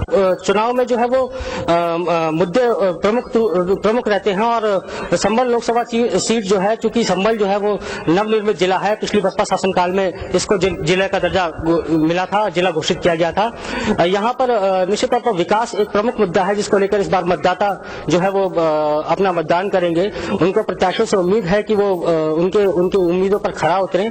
यहाँ पर मूलभूत सुविधाओं का बड़ा अभाव है। यहाँ जितने भी संपर्क मार्ग है वो खस्ता हाल है। यहाँ पर बिजली की जो है स्थिति खराब है। सरकारी अस्पताल जो है वो पूरे संभल लोकसभा क्षेत्र में कम है और जो बनाए भी गए हैं वहाँ दवाइयाँ, डॉक्टरों की उपलब्धता नहीं है। इसके अतिरिक्त मैं आपको बता दूं कि संभल में जो है वो एक संभल को रेलवे मार्ग से जो है जोड़ने की बात प्रमुख रही है। संभल से गजरौला तक जो है वो रेलवे मार्ग बनाने की बात हुई है। इसके अतिरिक्त पूरे लोकसभा क्षेत्र में खासकर चंदौसी में कई ऐसे फाटक है जिनके ऊपर से ओवरहेड ब्रिज निकालने की स्थानीय लोग मांग करते रहे हैं। यहाँ पर बहुत बड़ी तादाद में जाम लगता है, प्रदूषण होता है, जिस कारण से लोगों को बड़ी समस्या उठानी पड़ती है। अपने प्रत्याशियों से इनको यही आशाएं हैं कि इस बार प्रत्याशी अगर जीतते हैं उनके मन के, तो वो यहाँ पर संभल लोकसभा सीट पर जो है संभल लोकसभा क्षेत्र में विकास करेंगे। आने में जहां हर जगह देखा जाता है कि आरोप रखते रहे प्रत्याशियों पर कि सुनियोजित विकास नहीं होता है, संभल भी उन्हीं में से एक है। यहाँ पर जो अभी तक विकास हुआ है वो बहुत अनियमित विकास है। कई ऐसे क्षेत्र हैं, कई ऐसी तहसीलें हैं, कई ऐसी विधानसभाएं हैं जो अभी विकास से महरूम रही है। यहाँ पर सभी विधानसभाओं पर इस समय वर्तमान में जो है वो सपा के विधायक हैं, लिहाजा चूंकि प्रदेश सरकार भी सपा की है, थोड़ा बहुत विकास देखने को मिला है संभल क्षेत्र में। हम आपको ये भी बता दें संभल जो है वो एशिया की सबसे बड़ी मेंथा मंडी है। यहाँ मेंथा जो है वो अतिरिक्त कर की वजह से मेंथा मंडी जो है बहुत ज्यादा प्रभावित है। तो व्यापारियों को भी उम्मीद है कि सरकार बन के आएगी तो उनको कुछ कर में राहत मिलेगी। इसके अतिरिक्त पूरे इस क्षेत्र में हम आपको बता दें कि मांग इस बात की भी रही है कि आखिर इस नवनिर्मित जिले का जो जिला मुख्यालय वो कहाँ बनाया जाए। इस समय अस्थायी तौर पर जो मुख्यालय बनाया जाए वो बैजोई में है। संभल वाले संभल, चूंकि संभल नाम है इस जिले का, लिहाजा संभल वाले संभल में जो है वो जिला मुख्यालय बनाने की मांग करते रहे। चंदौसी चूंकि रेलवे संपर्क मार्ग से जुड़ा हुआ है, लिहाजा चंदौसी वाले जो है वो चंदौसी से जो है वो चंदौसी में जिला मुख्यालय बनाने की मांग करते रहे। ये एक महत्वपूर्ण मुद्दा है जो कि जो राजनीतिक प्रत्याशियों के सामने जो है एक बड़ा संकट और बड़ा राजनीतिक प्रतिष्ठा का सवाल बन के आएगा अगर वो इसको हल करने में जो है कामयाब नहीं हो पाते हैं। तो ये कुछ प्रमुख मुद्दे हैं जिन पर संभल लोकसभा के मतदाता जो है इस बार इस दृष्टिकोण के साथ मतदान करने के लिए इस लोकतंत्र के पर्व में जी, तो ये थे संभल से हमारे नुमाइंदे जो कि वहां की तफसीलात बता रहे थे कि वहां पर भी लोगों में अपने वोटिंग को लेकर खासा जोशो खरोश देखा जा रहा है। सुबह से ही वहां पर लंबी लंबी कतारें लगी हुई हैं और लोग अपने हक राय दही का इस्तेमाल कर रहे हैं। नाज़रीन, एक बार फिर हम रुख करेंगे नांदेड़ का। यहां से साबिक वज़ीर आला अशोक चौहान जो है वो कांग्रेस के मुकाबला कर रहे हैं। हमारे साथ फोन लाइन पर मौजूद है नांदेड़ से जमीर, जो कि हमें बताएंगे कि इस वक्त वहां की क्या ताजा सूरत हाल है। जी जमीर, अभी हमने देखा कि अशोक चौहान ने भी अपने हक राय दही का अपने वोट का इस्तेमाल किया है, तो क्या अपडेट देंगे आप? जी, यहाँ पे आज सुबह 6 बजे से ये पोलिंग का शुरुआत हुई थी। लोग क्योंकि धूप ज्यादा होने की वजह से सुबह सुबह कथित तादाद में घरों से निकले। अशोक चौहान भी अपनी बीवी के साथ और उनकी जो लड़की है उनके साथ आज 8 बजे पोलिंग बूथ पर पहुंचे और उन्होंने भी हक राय दही का इस्तेमाल किया। काफी लोगों में जोशो खरोश है और बड़ी तादाद में लोग मकानों से निकल रहे हैं वोट का इस्तेमाल करने के लिए। जी जमीर, ये वो सीट है जिस पर सभी की निगाहें लगी हुई हैं, क्योंकि काफी सोच विचार के बाद कांग्रेस ने यहां से अशोक चौहान को जो है वो टिकट दिया था। तो वहां पर जो अहम मुकाबला है वो किन किन लोगों के बीच में है, इस बारे में जरा हमारे नाज़रीन को बताइए। यहाँ पर अशोक चौहान का रास्त मुकाबला बीजेपी के डीबी पाटिल से है। डीबी पाटिल 2004 में एक मरतबा यहाँ से एमपी रह चुके हैं और जहाँ तक अशोक चौहान की बात है तो वो आदर्श मामले में जब से उनका नाम आया तो उनके नाम को लेके काफी इख्तिलाफात पाए जा रहे थे। पार्टी ने काफी ताखिर से उनके नाम का ऐलान किया और यहाँ पर भी अशोक चौहान खुद ये कह रहे थे कि अगर मैं कसूरवार हूँ तो ये फैसला अवाम करेगी। और उन्होंने इस बात आज मीडिया से बात करते हुए ये कहा कि मैं अपने आप को बेगुनाह मानता हूँ और मेरी ये बात मेरी यहाँ की आवाम साबित करेगी। इसी चीज को लेकर के वो लोगों के सामने ये करना चाह रहे थे कि वो इस मामले में मुलविस नहीं है, बिला वजह उनका नाम घसीटा गया है और अवाम की अदालत से वो अपने इस मामले का फैसला चाहते हैं। जी, आपसे ये जानना चाहेंगे कि वहाँ जो वोटर्स हैं तो उनमें किस तरह की चीजों को लेकर क्या क्या अहम मुद्दे हैं वहाँ पे, क्योंकि अगर हम देखें तो अक़लियती तबका वो काफी अहम रोल अदा करता है वहाँ की पोलिंग में। जहाँ तक अक़लियतों की बात है तो वो इस वक्त फिलहाल जो मुस्लिम नौजवानों की गिरफ्तारी का इशू है इस मसले को लेकर काफी तशवीश में है और इस बात को लेकर ओवरऑल भी यहाँ की जो स्टेट गवर्नमेंट है उसके ताल्लुक से नाराजगी का माहौल पाया जाता है। तो इसका असर कहीं ना कहीं यहाँ के राय दही पे हमको देखने को मिलेगा। और इसके अलावा अगर हम मुतबादिल की बात करें तो दीगर पार्टियों में कोई स्ट्रांग पार्टी यहाँ पे सेकुलर पार्टियां मैदान में नहीं है, इस वजह से लोगों के पास ऑप्शन बहुत कम है। फिर भी लोग अपने हिसाब से क्या फैसला लेते हैं तो हम रिजल्ट के बाद इसका हमको अंदाज लग पाएगा। जमीर, आपसे ये जानना चाहेंगे कि वहाँ सिक्योरिटी के किस तरह से इंतजाम किए गए, क्योंकि काफी सेंसिटिव भी माना जा रहा है। हाँ, सिक्योरिटी के लिहाज से भी काफी वसी इंतजाम किए गए हैं। सीआरपीएफ और एसआरपी की 3 कंपनियां तैनात की गई है। कम से कम 15 से 20 हजार जो पुलिस एहलकार है वो पूरे जिले के अलग अलग पोलिंग स्टेशनों पर मुकर्रर किए गए हैं। कुछ हसास जो पोलिंग स्टेशन है वहाँ पर इजाफी पुलिस फोर्स रखी गई है और वीडियो कैमरों के जरिए से भी उन पर नजर रखी जा रही है। और इस तरह से सिक्योरिटी को लेकर काफी कुछ इकदाम यहाँ पर देखने को मिल रहे हैं। जी जमीर, इस तमाम जानकारी के लिए आपका बहुत बहुत शुक्रिया। आप वहाँ नजर बनाए रखिए, हम दोबारा आपसे राब्ता कायम करेंगे। तो नाज़रीन, ये थे नांदेड़ से हमारे नुमाइंदे जमीर खान जो कि बता रहे थे कि कांग्रेस के अशोक चौहान का मुकाबला वहाँ बीजेपी के डीबी पाटिल से है और वोटर्स में जो है वो काफी कुछ नाराजगी भी देखी जा रही है और खासतौर से उन्होंने बताया कि सिक्योरिटी के वसी तरह इंतजाम किए गए हैं। और आइए अब रुख करेंगे राजस्थान का, जहां पर हमारे नुमाइंदे तफसीलात दे रहे हैं। आप देख सकते हैं इस वक्त हम जयपुर के गांधीनगर स्कूल में मतदान केंद्र है वहां पर मौजूद है, जहां आप देख सकते हैं कि लोगों ने यहां पर सुबह 7 बजे से पहले ही पहुंचना शुरू कर दिया था और कतारें लगा दी थी। आप देख सकते हैं महिलाएं बड़ी संख्या में यहां पर पहुंची हैं।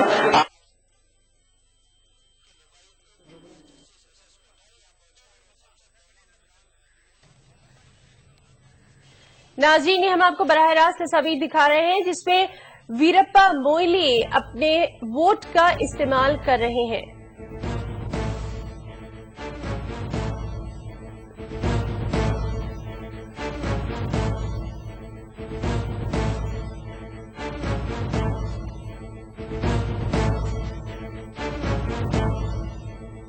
कर्नाटक से वीरप्पा मोइली अपने वोट का इस्तेमाल कर रहे हैं। हम आपको बताएं कि यहाँ पर भी सभी की निगाहें लगी हुई हैं और काफी कुछ फैसला कुन हो सकता है आज का जो वहां पे पोलिंग हो रही है।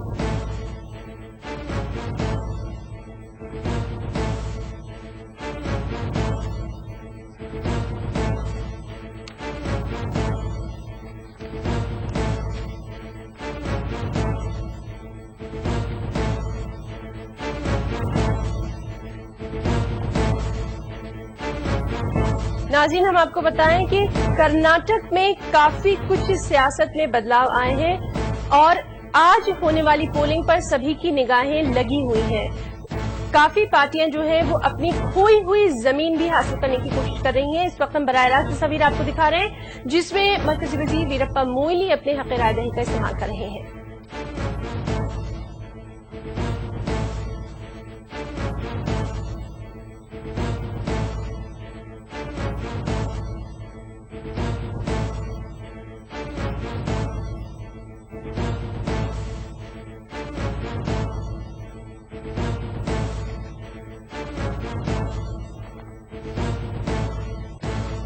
वीरप्पा मोइली अपने अहले खाना के साथ अपने वोट का इस्तेमाल करने पहुंचे।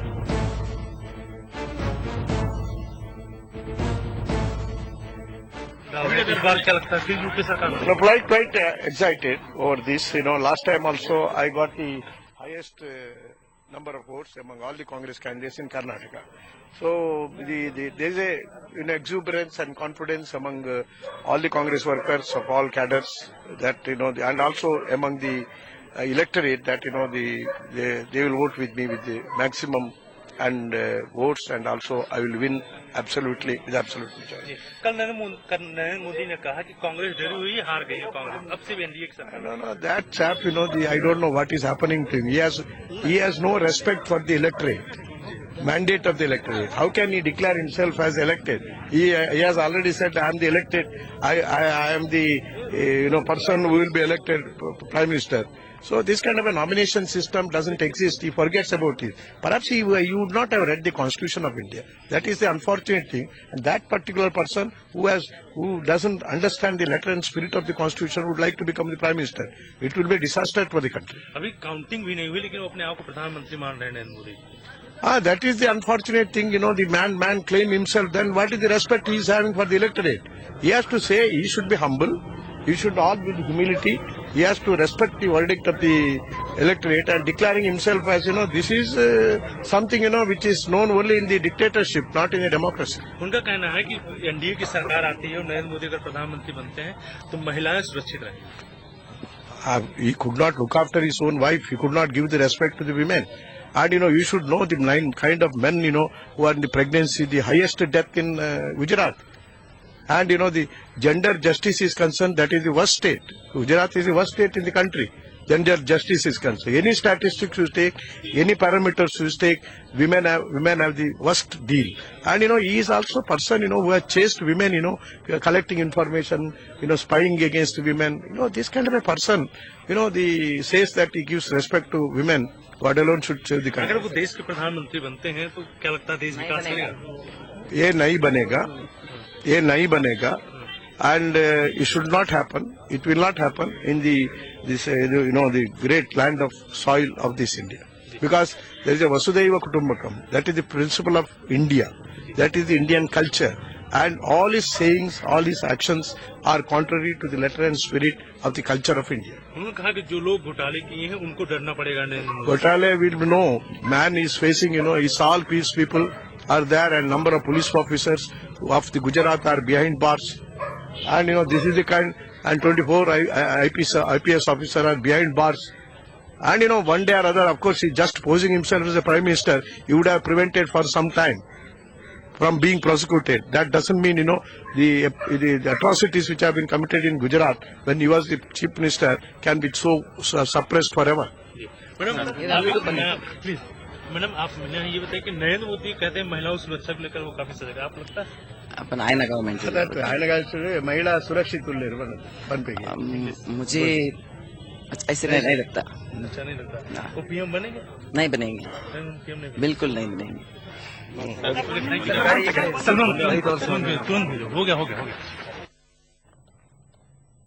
तो ये थे वीरप्पा मोइली, जिन्होंने अपने वोट का इस्तेमाल किया और साथ ही साथ इन्होंने ये भी कहा कि इनको जीत जरूर मिलेगी। अपनी जीत के लिए काफी पुरएतमाद नजर आए। उन्होंने कहा कि सभी को इलेक्शन कमीशन का खासा एहतराम करना चाहिए, उसके लिए इज्जत होनी चाहिए, जो कि जमहूरियत के लिए बेहद जरूरी है, और सभी को जो वोटर्स हैं, जो इलेक्टोरल है, उसके लिए भी इज्जत होनी चाहिए, और डिक्टेटरशिप या कहीं पे भी सख्त लहजा नहीं होना चाहिए। एक बार फिर हम रुख करेंगे राजस्थान के जयपुर का, जहां से हमारे नुमाइंदे हमें तफसीलात बता रहे हैं।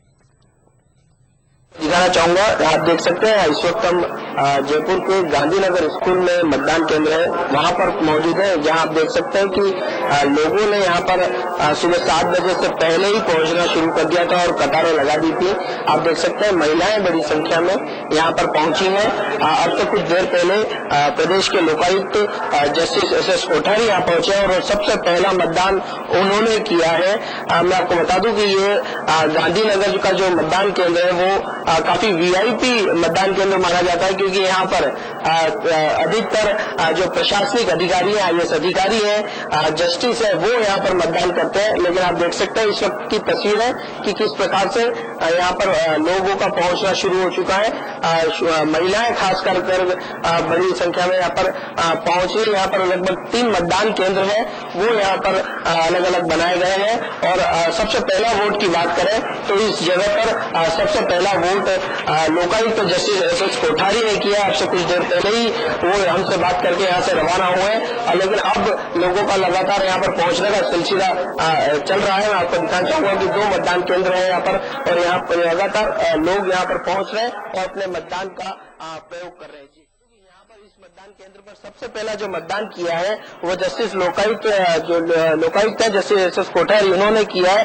और विधानसभा चुनाव में भी उन्होंने ही सबसे पहला मतदान किया था। मतदान के प्रति वो हमेशा से जागरूक रहे हैं और यही कारण रहा है कि वो सबसे पहला काम जिस दिन चुनाव होते हैं उसका सबसे पहला काम वो ये करते हैं कि वो यहाँ पर पहुंचकर मतदान करते हैं। एक महिला हमारे साथ है। मैडम, आप सुबह जल्दी मतदान करने के लिए आए, क्या मन में आपके? मेरे दामाद के बेटे की शादी है, मैं नोएडा जा रही हूँ और मैं सेशन कोर्ट में MN 32 में रीडर हूँ और मुझे पहले मतदान करना था, इसलिए मैं थोड़ा लेट निकल रही हूँ। मैंने कहा मतदान करके ही निकलूंगी। तो आप देख सकते हैं महिलाओं में किस प्रकार का उत्साह है। मैडम को शादी में जाना है नोएडा में, लेकिन वो मतदान करना नहीं भूली और सबसे पहले मतदान केंद्र पर पहुंची। और आप देख सकते हैं कि यहाँ पर ये मतदान करने के लिए पहुंची हुई है। और नाज़रीन, इस वक्त हमारे पास खबर आ रही है छत्तीसगढ़ के कांकेर से, जहां पर पोलिंग बूथ पर फायरिंग हुई है। और इस सिलसिले में मजीद तफसीलात के लिए हमारे साथ फोन लाइन पर जुड़ चुके हैं राकेश जी। राकेश, बताइए क्या अपडेट है आपके पास इस वक्त? जी ना, ये कांकेर जिले के नक्सल प्रभावित कोयलीबेड़ा थाना के गुड़ाबेड़ा का मामला है। काफी संवेदनशील इलाका है। यहाँ पर जब फोर्स की टीम पहुंची मतदान कराने, मतदान की कार्रवाई शुरू होने वाली थी 7 बजे, इसके ठीक आधे घंटे के बाद नक्सलियों ने फायरिंग शुरू कर दी। रुक रुक कर लगातार नक्सलियों की तरफ फायरिंग जारी है। नक्सली हताहत करने की कोशिश कर रहे हैं, लेकिन फोर्स की टीम भी जवाबी फायरिंग कर रही है। लगभग 2 से ढाई घंटे हो गए इलाके में नक्सली और पुलिस के बीच मुठभेड़ चल रही है। अतिरिक्त फोर्स मौके के लिए रवाना की गई है, लेकिन अभी तक किसी के हताहत होने की कोई खबर नहीं है। इलाके में सर्च अभियान चलाया जा रहा है। फोर्स की टीम मौके पर पहुंच नहीं सकी है, इसलिए जो जवानों ने मोर्चा संभाला है लगातार रुक रुक कर फायरिंग कर रहे हैं। और मतदान कर्मी अभी भी सुरक्षित है मौके पर, लेकिन मतदान की कार्रवाई रुक गई है। हिना जी, राकेश, आपसे ये जानना चाहेंगे कि ये तो रही बात कांकेर की, जहां पर नक्सलियों ने फायरिंग करी है, उसके अलावा वहां के जो आसपास के इलाके हैं वहां पर भी जाहिर सी बात है सिक्योरिटी अभी सख्त कर दी गई होगी। बिल्कुल हिना, जो संवेदनशील इलाके हैं, जो नक्सल प्रभावित इलाके हैं, यहाँ पर मतदान की कार्रवाई काफी धीमी है। मतदान के लिए लोगों में उत्साह दिखाई नहीं दे रहा है, भीड़ नहीं दिखाई दे रही है। जो शहरी इलाके हैं यहाँ पर ही मतदान का प्रतिशत काफी ज्यादा है। यहाँ पर मतदाता लगातार आते जा रहे हैं, लेकिन संवेदनशील इलाकों में जहाँ पर फोर्स तैनात किए गए हैं, यहाँ पर मतदान को लेकर उत्साह नहीं है। कई जगहों पर ईवीएम मशीन खराब हो गई है। अतिरिक्त फोर्स मौके पर पहुंचने वाली है, लेकिन जो गुड़ाबेड़ा का इलाका है, इस इलाके में जो कोयलीबेड़ा के आसपास के इलाके हैं, यहाँ पर मतदान भी नहीं हो पा रहा है। और लोगों में नकली दहशत के चलते होने के कारण लोगों में जो उत्साह की कमी है, इसके चलते मतदान की कार्रवाई काफी धीमी है। राकेश, आपसे ये जानना चाहेंगे कि क्या किसी के हताहत होने की कोई खबर है, या किसी के जख्मी होने की, या किसी भी तरह की कैजुअलिटी की कोई खबर आ रही है?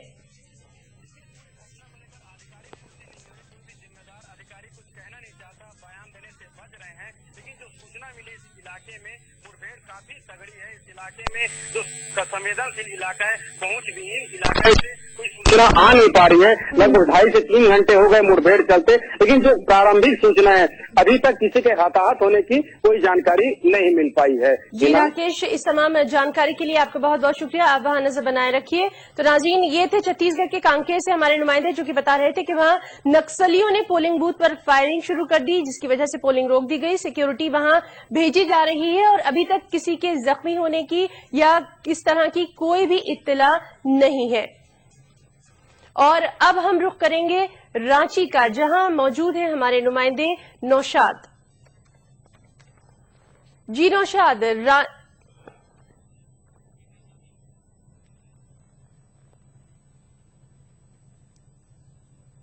राजधानी रांची के विभिन्न मतदान केंद्रों पर मतदाताओं की अच्छी खासी भीड़ देखी जा रही है। सुबह 7 बजे से ही यहां मतदान केंद्रों पर मतदाताओं की तादाद उमड़ने लगी है।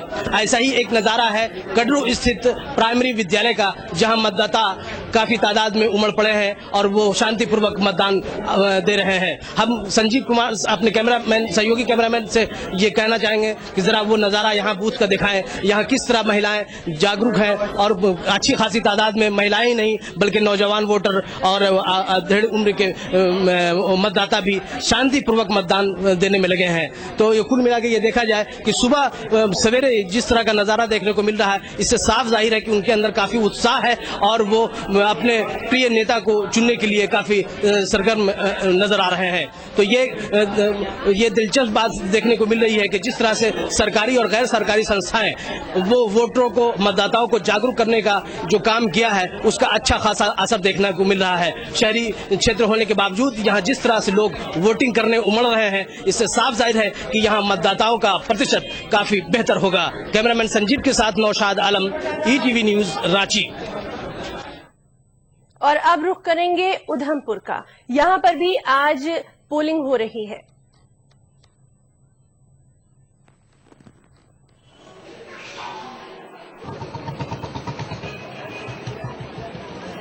आपको बताएं कि उधमपुर जो डोडा पार्लिमानी हलका है, ये 6 अजला पर मुश्तमिल है। इसमें उधमपुर, डोडा, किश्तवाड़, रामबन, रियासी और कठुआ शामिल है। और यहाँ पर कांग्रेस उम्मीदवार और मरकजी वजीर डॉक्टर गुलाम नबी आजाद और बीजेपी के उम्मीदवार डॉक्टर जितेंद्र सिंह के बीच अहम मुकाबला जो है वो देखा जा रहा है।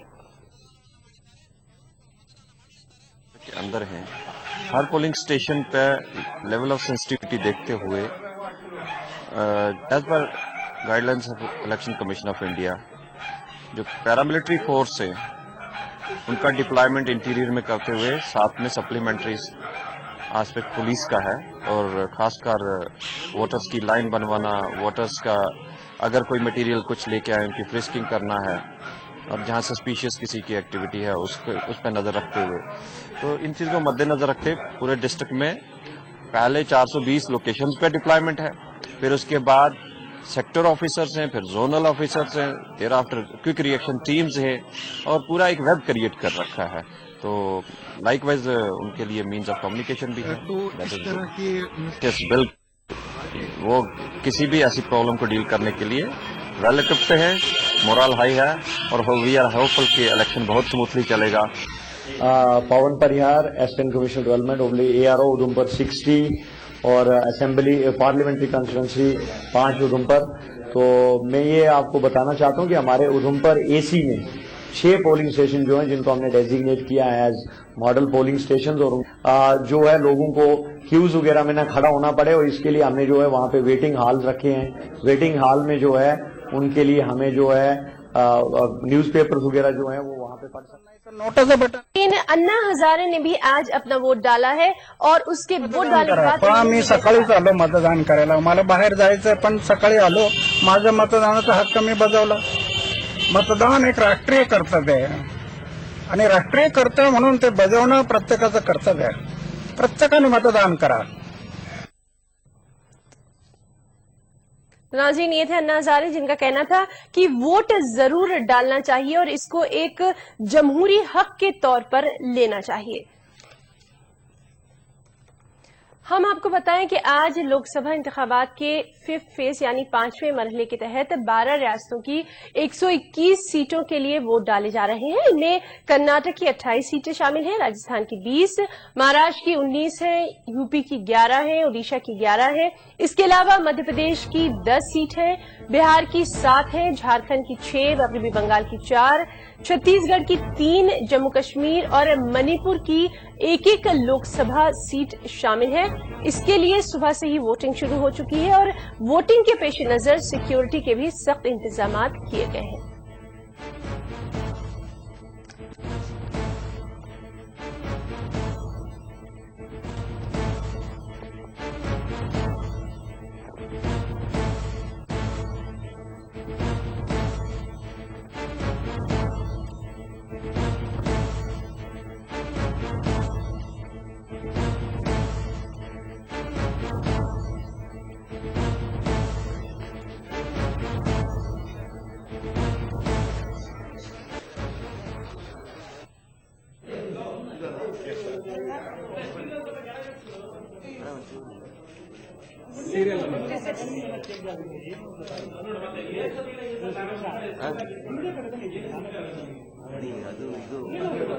सीरियल नंबर 856 तेजस्वी अनंत कुमार।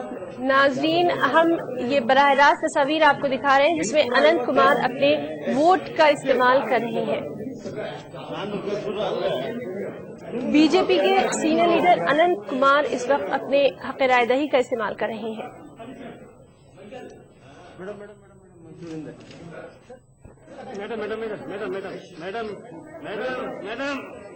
बीजेपी के सीनियर लीडर अनंत कुमार अपने वोट डालने के लिए अपने अहले खाना के साथ पहुंचे हैं। हम ये बराह रास्त तस्वीर आपको दिखा रहे हैं।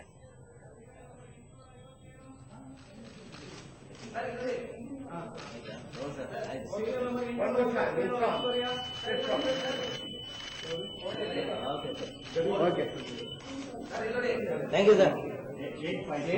क्या थैंक यू सर।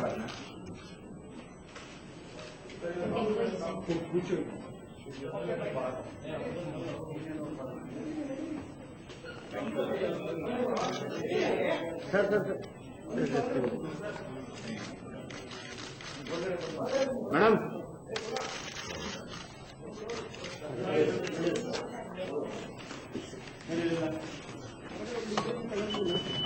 नाज़रीन, हम आपको बताएं कि अनंत कुमार का मुकाबला इस बार सियासी मैदान में कदम रखने वाले कांग्रेस उम्मीदवार नंदन नीलकेनी से है और आम आदमी पार्टी उम्मीदवार नीना नायक से है।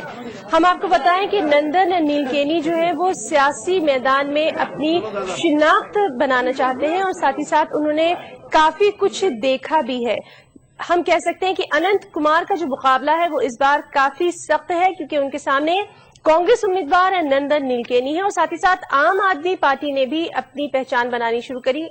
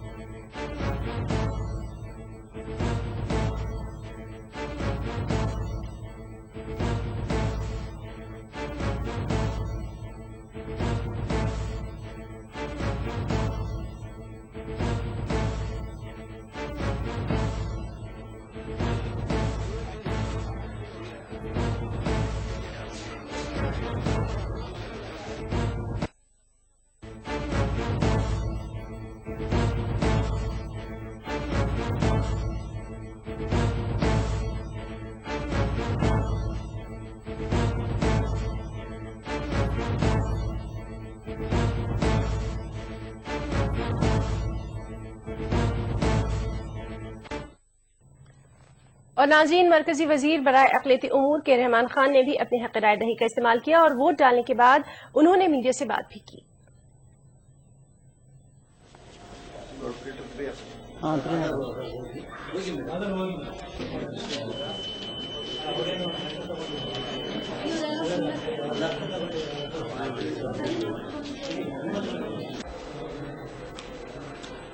129 रहमान खान केस।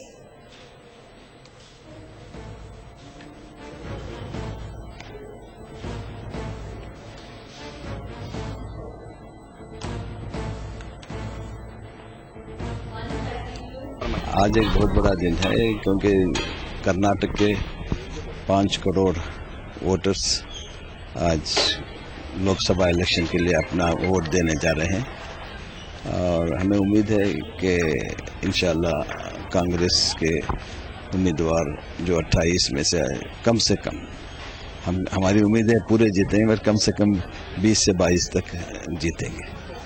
तो किस तरह का माहौल आपको नजर आ रहा है? माहौल अच्छा है, मुल्क में माहौल अच्छा है, मुल्क में माहौल अच्छा है। ये एक पब्लिसिटी स्टंट है, अब वो स्टंट को देखना है कहाँ तक स्टंट से कामयाब होता है। अब जो मोदी साहब की बीजेपी की है, it is total publicity, it is not on facts and this thing. अब पब्लिसिटी कहाँ तक इफेक्ट करती है, we will have to watch and सी।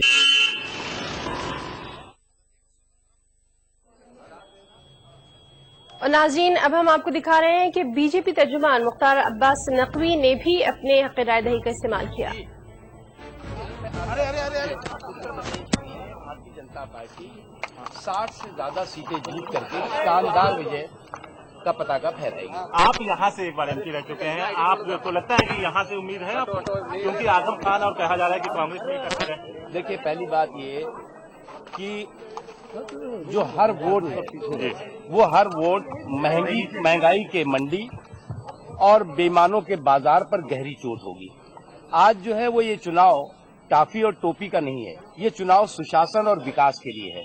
आज जो है वो देश में जिस तरह से बदलाव की आंधी है, देश बदलाव के लिए करवट ले रहा है, वो इस बात का प्रतीक है कि आज भारतीय जनता पार्टी श्री नरेंद्र मोदी जी के नेतृत्व में देश में एक विकास को समर्पित, एक सुशासन को समर्पित सरकार बनने वाली है। जो पहले से जिस तरह का स्टीरियोटाइप मुद्दा हुआ करता था, जिसमें कभी सांप्रदायिकता का मुद्दा, कभी सेकुलरिज्म का मुद्दा, ये मुद्दे अब चुक चुके हैं, ये मुद्दे अब एक्सपायर हो चुके हैं और आज लोग जो है वो अपने सरोकार और अपनी समस्याओं का समाधान चाहते हैं। और निश्चित तौर से आज अगर मुसलमानों का भी रुझान देखें आप, तो बहुत बड़े पैमाने पर मुसलमान उस तमाम तरह के दकियानूसी नारों से दूर होकर के आज अपने सरोकार और अपने विकास की प्रति वोट कर रहा है। और हमारा मानना है कि उत्तर प्रदेश में हम 7 से ज्यादा सीटें जीत करके शानदार विजय फहराएंगे और पूरे देश में भारतीय जनता पार्टी 350 से ज्यादा सीटें जीतेगी। यहाँ 50% के करीब मुसलमान हैं, क्यों वोट करें? आपको लगता है कि बीजेपी को वोट करेंगे? उन्हें वोट करना होगा अपने सुरक्षा के लिए, वोट करना होगा समृद्धि के लिए, वोट करना होगा सुशासन के लिए। सुरक्षा, समृद्धि और सुशासन एक ऐसा मुद्दा है जो मुद्दा की समाज के सभी वर्गों के बीच में है। आप क्यों नहीं लड़े फिर 1999 के बाद कभी यहाँ से? क्यों? तो नाज़रीन, ये थे बीजेपी के तर्जुमान मुख्तार अब्बास नकवी, जिन्होंने उत्तर प्रदेश के रामपुर में अपने वोट का इस्तेमाल किया। साथ ही साथ उन्होंने ये भी कहा कि लोग बदलाव चाहते हैं, बुनियादी जरूरतें और उनकी सिक्योरिटी उनके लिए काफी अहम है। नाज़रीन, ये हम बराह रास्त तस्वीर दिखा रहे हैं आपको भोपाल से, जहां पर बीजेपी की सीनियर लीडर सुषमा स्वराज अपना वोट डालने के लिए पहुंची हैं। सुषमा स्वराज भी अपने वोट का इस्तेमाल करने के लिए पहुंची हैं। ये मध्य प्रदेश के भोपाल में अपने वोट का इस्तेमाल करने के लिए पहुंची हैं।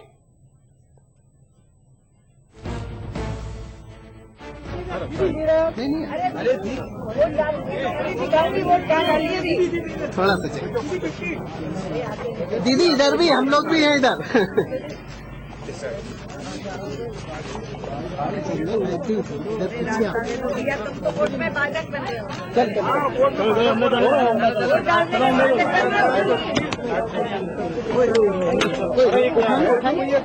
अंदर आए, अंदर अंदर।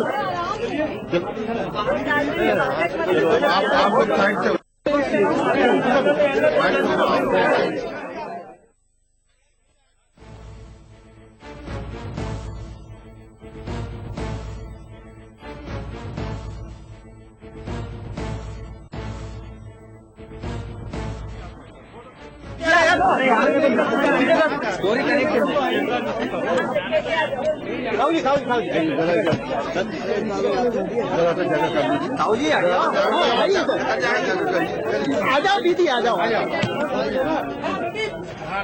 दीदी के साथ फोटो का जाइए दीदी, जाइए, नहीं गिरेंगे आप, चिंता ना करें, इलाज दीदी कराएंगे।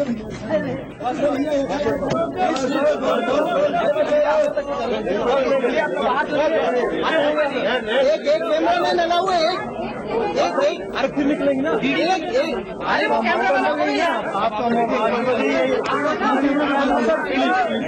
प्लीज कैमरा मैन प्लीज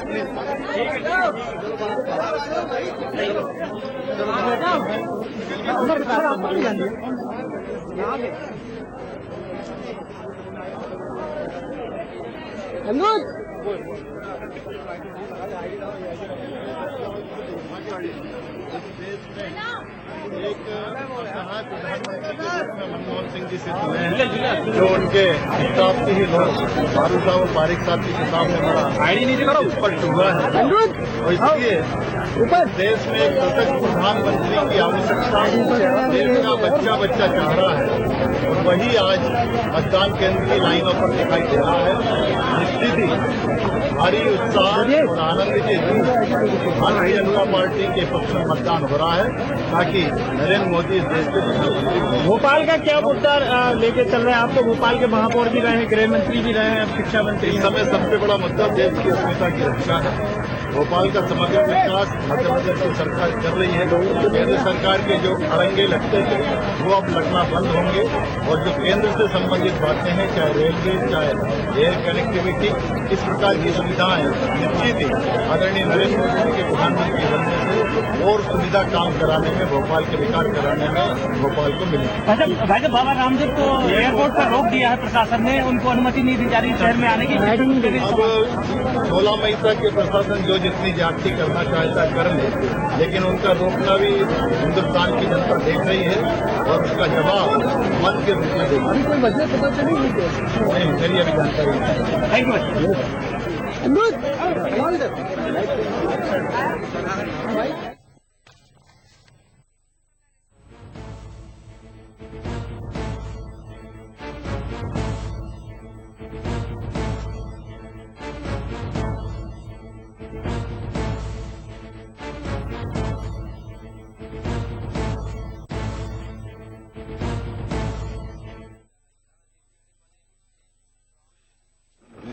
सब कुछ नहीं चाहिए।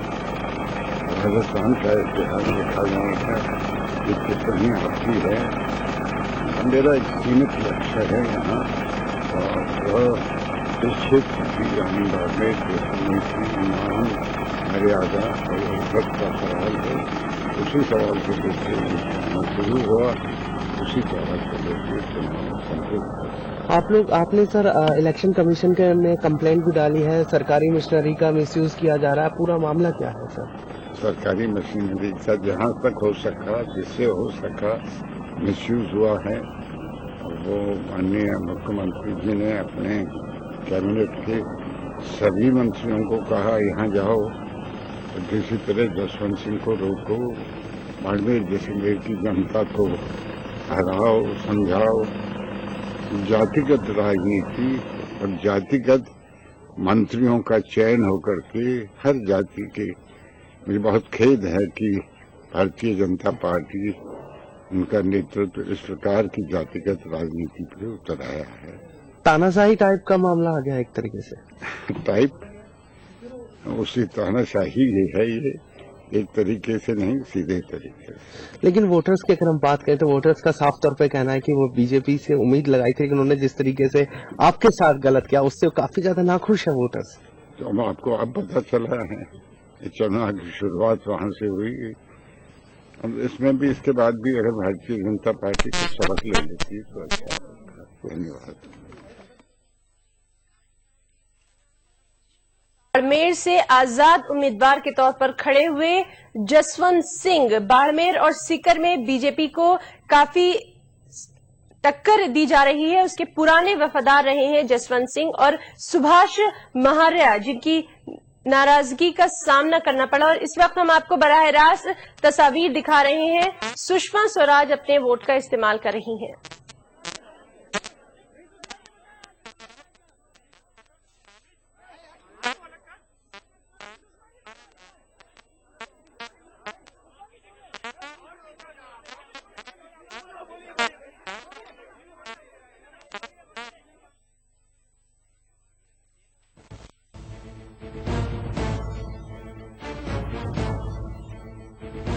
हम आपको बराह रास्त तस्वीर दिखा रहे हैं मध्य प्रदेश के भोपाल से, जहां बीजेपी की सीनियर लीडर सुषमा स्वराज ने भी अपने वोट का इस्तेमाल किया।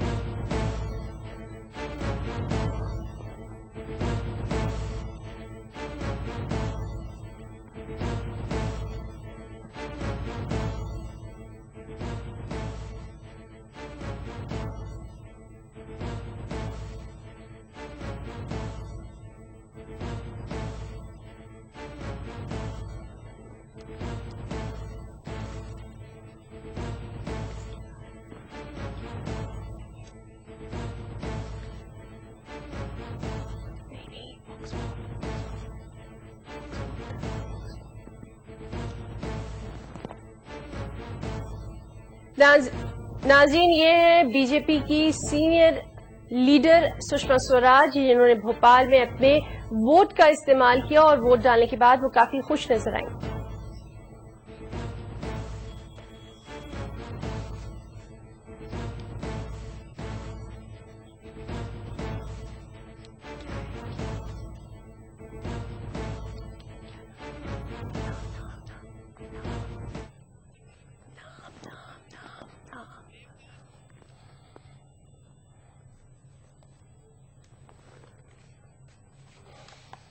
और नाज़रीन, अब हमारे साथ फोन लाइन पर जुड़ चुके हैं बाड़मेर से हमारे रिपोर्टर प्रेमदान, जो कि इस वक्त हमें वहां की ताजा सूरत हाल के बारे में बताएंगे। जी, बाड़मेर काफी अहम मानी जा रही है सीट। प्रेम, इस वक्त आपके पास क्या ताजा अपडेट है?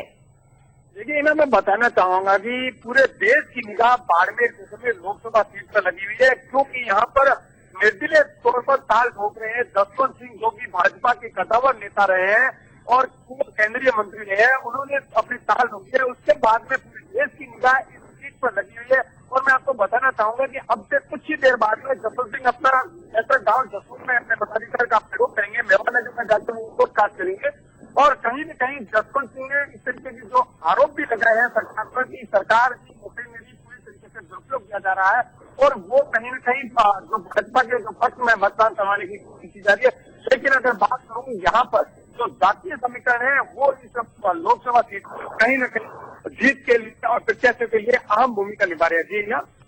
जी प्रेम, आपसे ये जानना चाहेंगे कि जिस तरह से आपने बात करी कि वहाँ जातीय समीकरण जो है वो काफी इंपॉर्टेंट रोल प्ले करता है, और इस बार जो है वो बीजेपी को कहीं ना कहीं दिक्कतें भी आ सकती हैं, क्योंकि उसके पुराने वफादार रहे हैं जसवंत सिंह।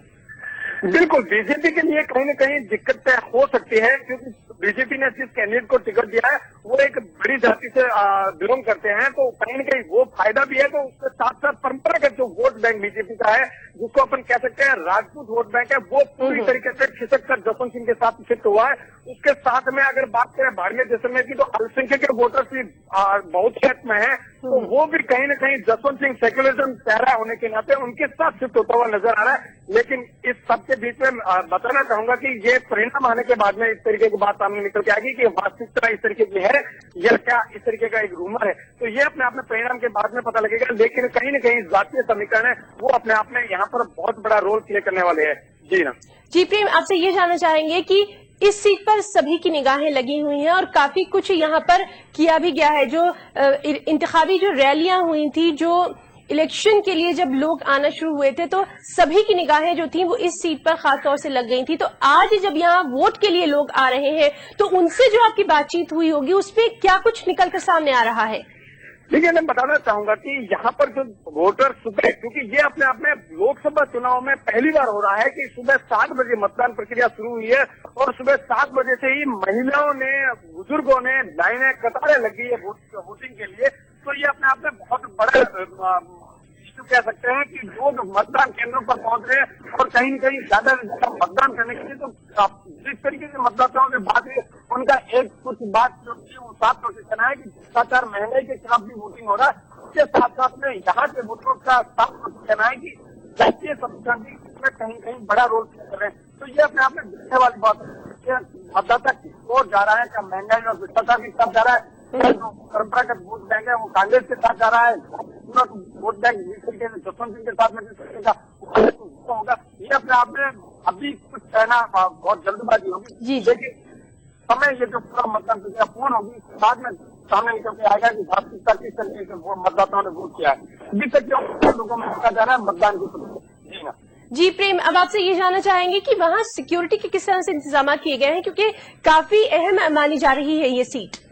बिल्कुल, बताना चाहूंगा कि यहाँ पर कुछ इस तरीके की घटनाएं थी हुई, तो इसके बाद में जिला प्रशासन, पुलिस प्रशासन ने पूरी कमर कसते हुए इस तरीके से, मैं आपको बताना चाहूंगा कि करीब 217 ऐसे अति संवेदनशील जो केंद्र थे, 119 बताना चाहूंगा 119 अति संवेदनशील केंद्र जहाँ पर केंद्रीय रिजर्व पुलिस को लगाया गया है। 270 पर एक कांस्टेबल को खड़ा गया है, 200 केंद्रों पर माइक्रो ऑब्जर्वर को लगाया गया है और 250 ऐसे जो जहाँ पर तो कहीं न कहीं प्रशासन ने इसको समझ की है, सुरक्षा के व्यापक बंदोबस्त किया है। जी ना।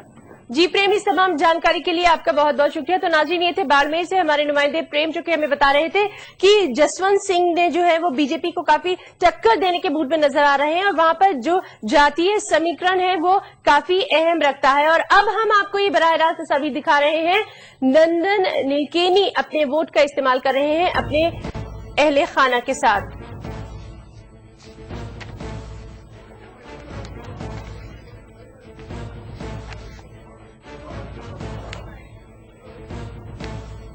अनंत कुमार को काफी टक्कर दे सकते हैं कांग्रेस उम्मीदवार नंदन नीलेकनी इस वक्त अपने वोट का इस्तेमाल कर रहे हैं।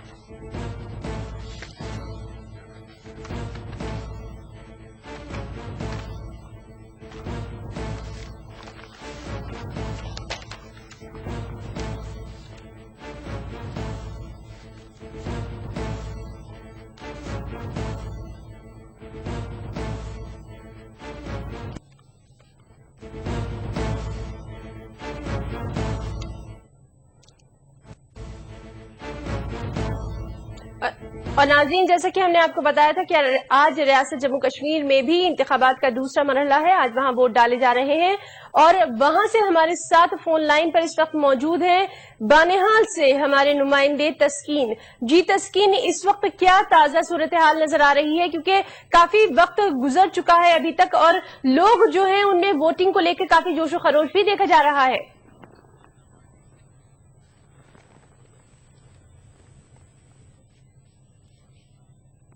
जी तस्कीन, आपको हमारी आवाज आ रही है? जी जी जी बिल्कुल आ रही है जी। इस वक्त क्या अपडेट है आपके पास? जी, बानिहाल जो हल्के इंतखाब है, कॉन्स्टिट्यूंसी है, बानिहाल कॉन्स्टिट्यूंसी जो पार्ट ऑफ ये उधमपुर, डोडा, कुछवा कॉन्स्टिट्यूंसी का है, पार्लिमानी हल्का इंतखाब का, जहां से गुलाम नबी आजाद और जतिंदर सिंह के दरमियान बराह रास्त मुकाबला हो रहा है। तो अभी तक 10.1% वोट यहाँ पर पोलिंग हो चुकी है और वोटों का बड़े जोशो खरोश के साथ लोग आ रहे हैं। सुबह सर्दी की वजह से थोड़ा सा सुबह के औकात में कम लोग बाहर निकले पोलिंग के लिए, लेकिन इस वक्त अब पोलिंग बढ़ रही है और पहले 2 घंटों में 10.1% वोट यहाँ पर पोल किया जा चुका है। जी तस्कीन, आपसे ये जानना चाहेंगे कि वहां पर जब आपकी बातचीत हुई होगी, जो वोटर्स आ रहे हैं, तो उनका क्या कहना है इस सीट को लेकर? क्या अहम मुद्दे हैं उनके पास?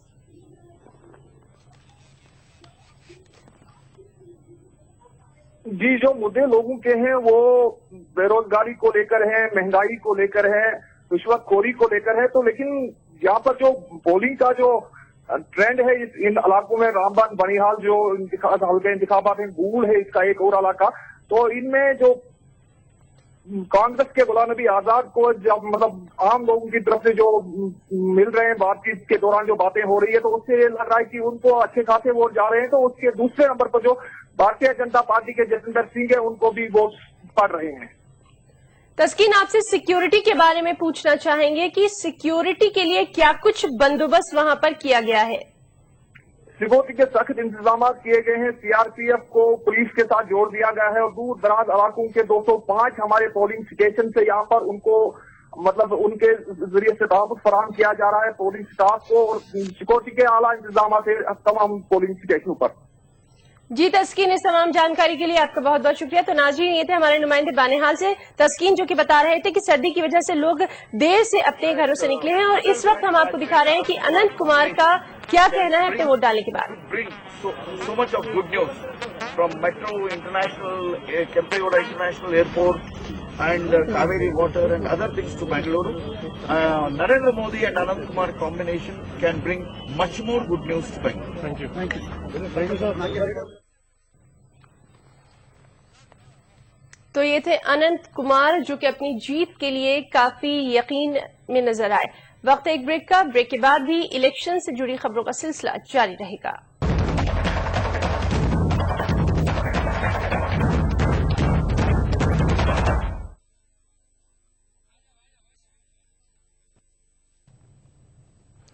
तो इंतखाबात से जुड़ी खबरों के साथ एक बार फिर हम हाजिर हैं, और हमने जैसे कि आपको बताया था कि आज कर्नाटक में भी पोलिंग हो रही है, और अब हम ये जानेंगे कि बेंगलुरु के वोटर्स ने अपना वोट डालने के बारे में क्या कुछ कहा है। हाँ जी, यहाँ पर आके बहुत अच्छा महसूस हो रहा है कि अपना वोट करना ही चाहिए सबको। और तो दूसरा क्या बताया सर, अपना आए, सब लोग आए, वोट करे। कितना अहम है वोट करना सबके लिए सब। आज अपना कंट्री का जो सिलेक्शन होगा सर, इसी के ऊपर है। सब लोग हम सेलेक्ट करेंगे तो ही अच्छा कैंडिडेट ऊपर आएगा सर। हुकूमत बनेगी। बराबर है। This is about 6th election. I have been voting. Okay, what expected? What is your expectation? I need a change. That's all. All elders are. I request them to retire. Let chance be given to youngsters. That's it. आज आज शादी है मेरी, और फिर भी मैं यहाँ पे हूँ वोट करने के लिए, क्योंकि ये एक ही बार आता है 5 साल में, and we are the people responsible to know who is going to be the government who's going to run our country. So it is really important to vote. Please do vote. आप भी vote जरूर करना। Thank you. तो नाज़रीन, जैसा कि हमने देखा कि अपनी शादी के दिन भी दुल्हन पहुंची है अपने वोट का इस्तेमाल करने, यानी एक एक वोट की काफी कुछ अहमियत है। और अब हम आपको दिखाएंगे एक खातून का जज्बा, जिन्होंने अपनी उम्र को भी मात कर दिया है। जी हां, हम बात कर रहे हैं राजस्थान की 114 साल की एक खातून की, जिन्होंने तमाम चीजों को दरकिनार करते हुए अब पहुंची हैं अपने वोट का इस्तेमाल करने के लिए। यानी जमहूरियत की कहीं ना कहीं जीत जो है वो यकीनी है, और लोग जो है वो पुरुम्मीद नजर आ रहे हैं कि उनका एक एक वोट भी काफी मायने रखता है। देखिए किस तरह से हम आपको दिखा रहे हैं कि राजस्थान की एक खातून है जो कि अपने पूरे खानदान के साथ अपना वोट डालने के लिए पहुंची हैं।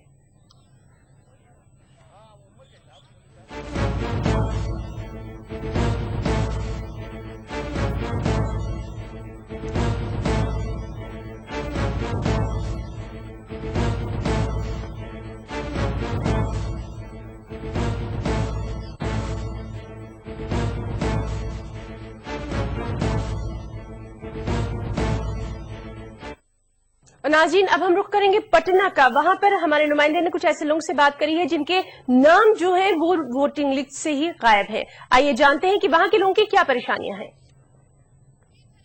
कई वोटर लिस्ट में नाम नहीं है, ऐसे भी मामले सामने आ रहे हैं। इस वक्त हमारे साथ कुछ मतदान करने वाले हैं, वोटर हैं। क्या हुआ है आपके साथ? बोले कि वहाँ पर जाइएगा मिल जाएगा, तो हम लोग वोटर लिस्ट लेकर आए।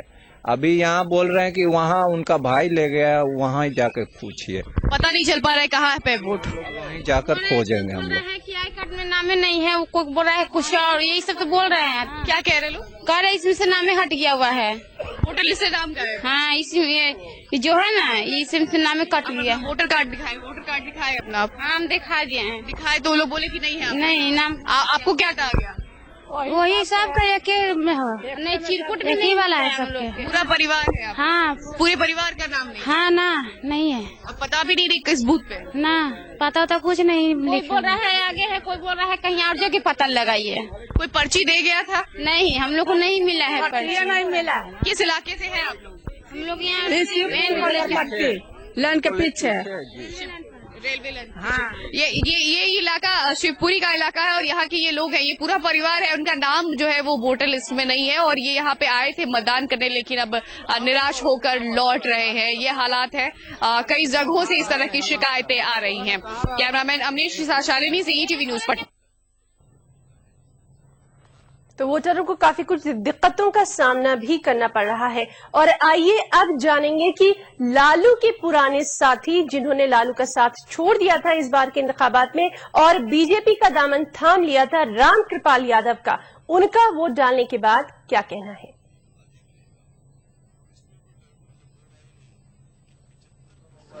पाटलिपुत्र की महान जनता अपने सेवक को, अपने इस बेटे और भाई को, अपने इस नौकर को, जनता मालिक है, अपना पूरा आशीर्वाद दे रही है और सभी जाति, सभी धर्म, सभी वर्ग के लोग उत्साह के साथ और खासतौर पर नौजवानों में जो उत्साह है मेरे प्रति, सब बैरियर को तोड़ करके और भारतीय जनता पार्टी भाई नरेंद्र मोदी जी के प्रति मैं समझता हूं कि भारी बहुमत से मेरी जीत सुनिश्चित। ये थे राम कृपाल यादव जो कि एक बार फिर बड़े ही जज्बाती अंदाज में नजर आए और उन्होंने अपनी जीत का दावा भी किया। हम आपको बताएं कि राम कृपाल यादव जो है वो हाल फिलहाल में ही बीजेपी में शामिल हुए हैं और लालू का साथ इन्होंने छोड़ दिया था। वो मंजर भी काफी जज्बाती रहा था और आज भी जब राम कृपाल यादव नजर आए तो काफी जज्बाती अंदाज में इन्होंने लोगों से खिताब किया। हम आपको बताएं कि लोकसभा जो इंतखाबात हो रहे हैं उसके 5वें मरहले के तहत आज 12 रियासतों की 121 सीटों के लिए वोट डाले जा रहे हैं, जिनमें कर्नाटक की 28 सीटें हैं, राजस्थान की 20 सीटें हैं, महाराष्ट्र की 19 सीटें हैं, यूपी की 11 हैं, उड़ीसा की 11 सीटें हैं। इसके अलावा मध्य प्रदेश की 10 सीटों के लिए भी आज वोट डाले जा रहे हैं। बिहार की 7, झारखंड की 6, पश्चिम बंगाल की 4, छत्तीसगढ़ की 3, जम्मू कश्मीर और मणिपुर की एक लोकसभा सीट के लिए आज वोटिंग सुबह से ही शुरू हो चुकी है और वोटिंग के पेश नजर सिक्योरिटी के भी सख्त इंतजाम किए गए हैं।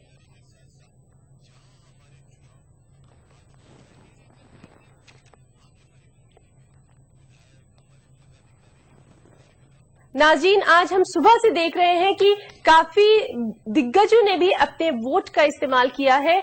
इसमें अब हम आपको जो तस्वीर दिखा रहे हैं वो है मरकजी वजीर बराए अक़लियती उमूर के रहमान खान, जिन्होंने अपने पूरे अहले खाना के साथ आज अपने वोट का इस्तेमाल किया।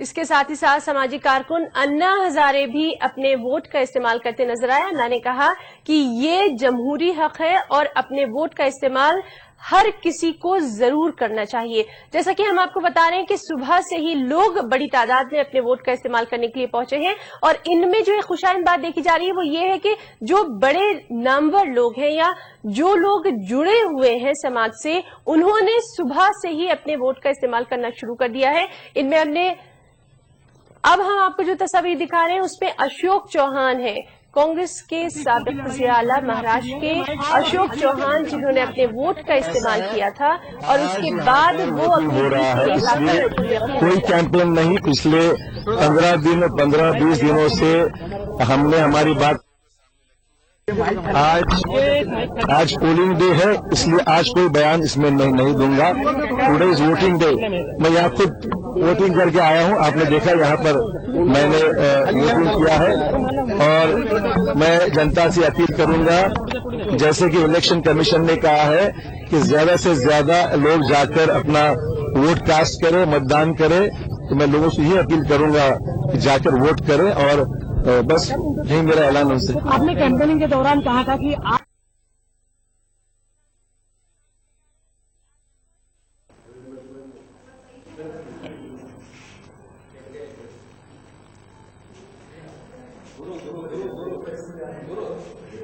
ये है श्री राम सेना के बानी प्रमोद मुतालिक, जो कि अपने वोट का इस्तेमाल करने के लिए पहुंचे हैं।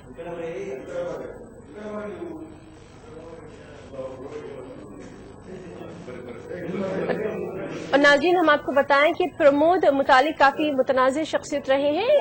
एक दिन के लिए इनको बीजेपी ने भी अपनी पार्टी में शामिल किया था, लेकिन उसके बाद इख्तिलाफात जो हुए उसके बाद इन्हें पार्टी से हटा दिया गया था। और इस वक्त जो हम आपको तस्वीर दिखा रहे हैं वो है प्रमोद मुतालिक, जो कि अपने वोट का इस्तेमाल कर रहे हैं।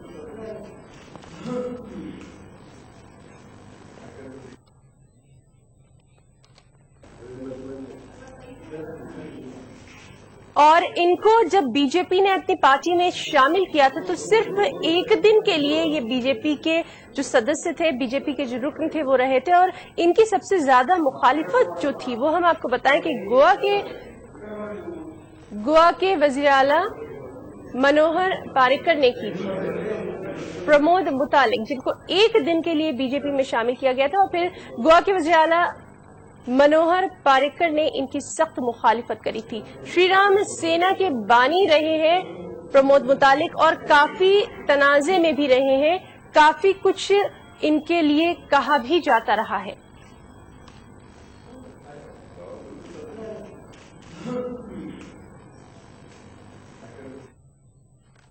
तो नाज़रीन, हम आपको दिखा रहे थे कि किस तरह से लोग जो हैं वो अपने वोट का इस्तेमाल करने के लिए आगे आ रहे हैं। उसमें न सिर्फ आम लोग शामिल हैं, नौजवान शामिल हैं, खवातीन शामिल हैं, बल्कि उसमें बड़े बड़े लोग भी अपने वोट का इस्तेमाल करने के लिए आगे आ रहे हैं।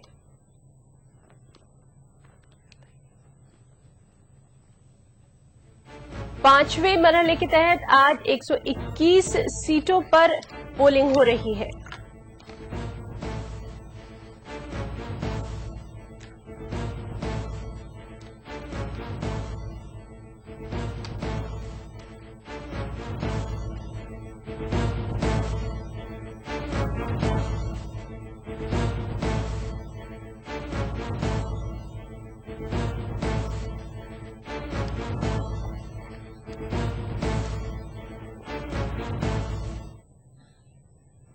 इंतखाबात से जुड़े इस अहम बुलेटिन का सिलसिला जारी रहेगा। वक्त एक ब्रेक के बाद चल लौटते हैं।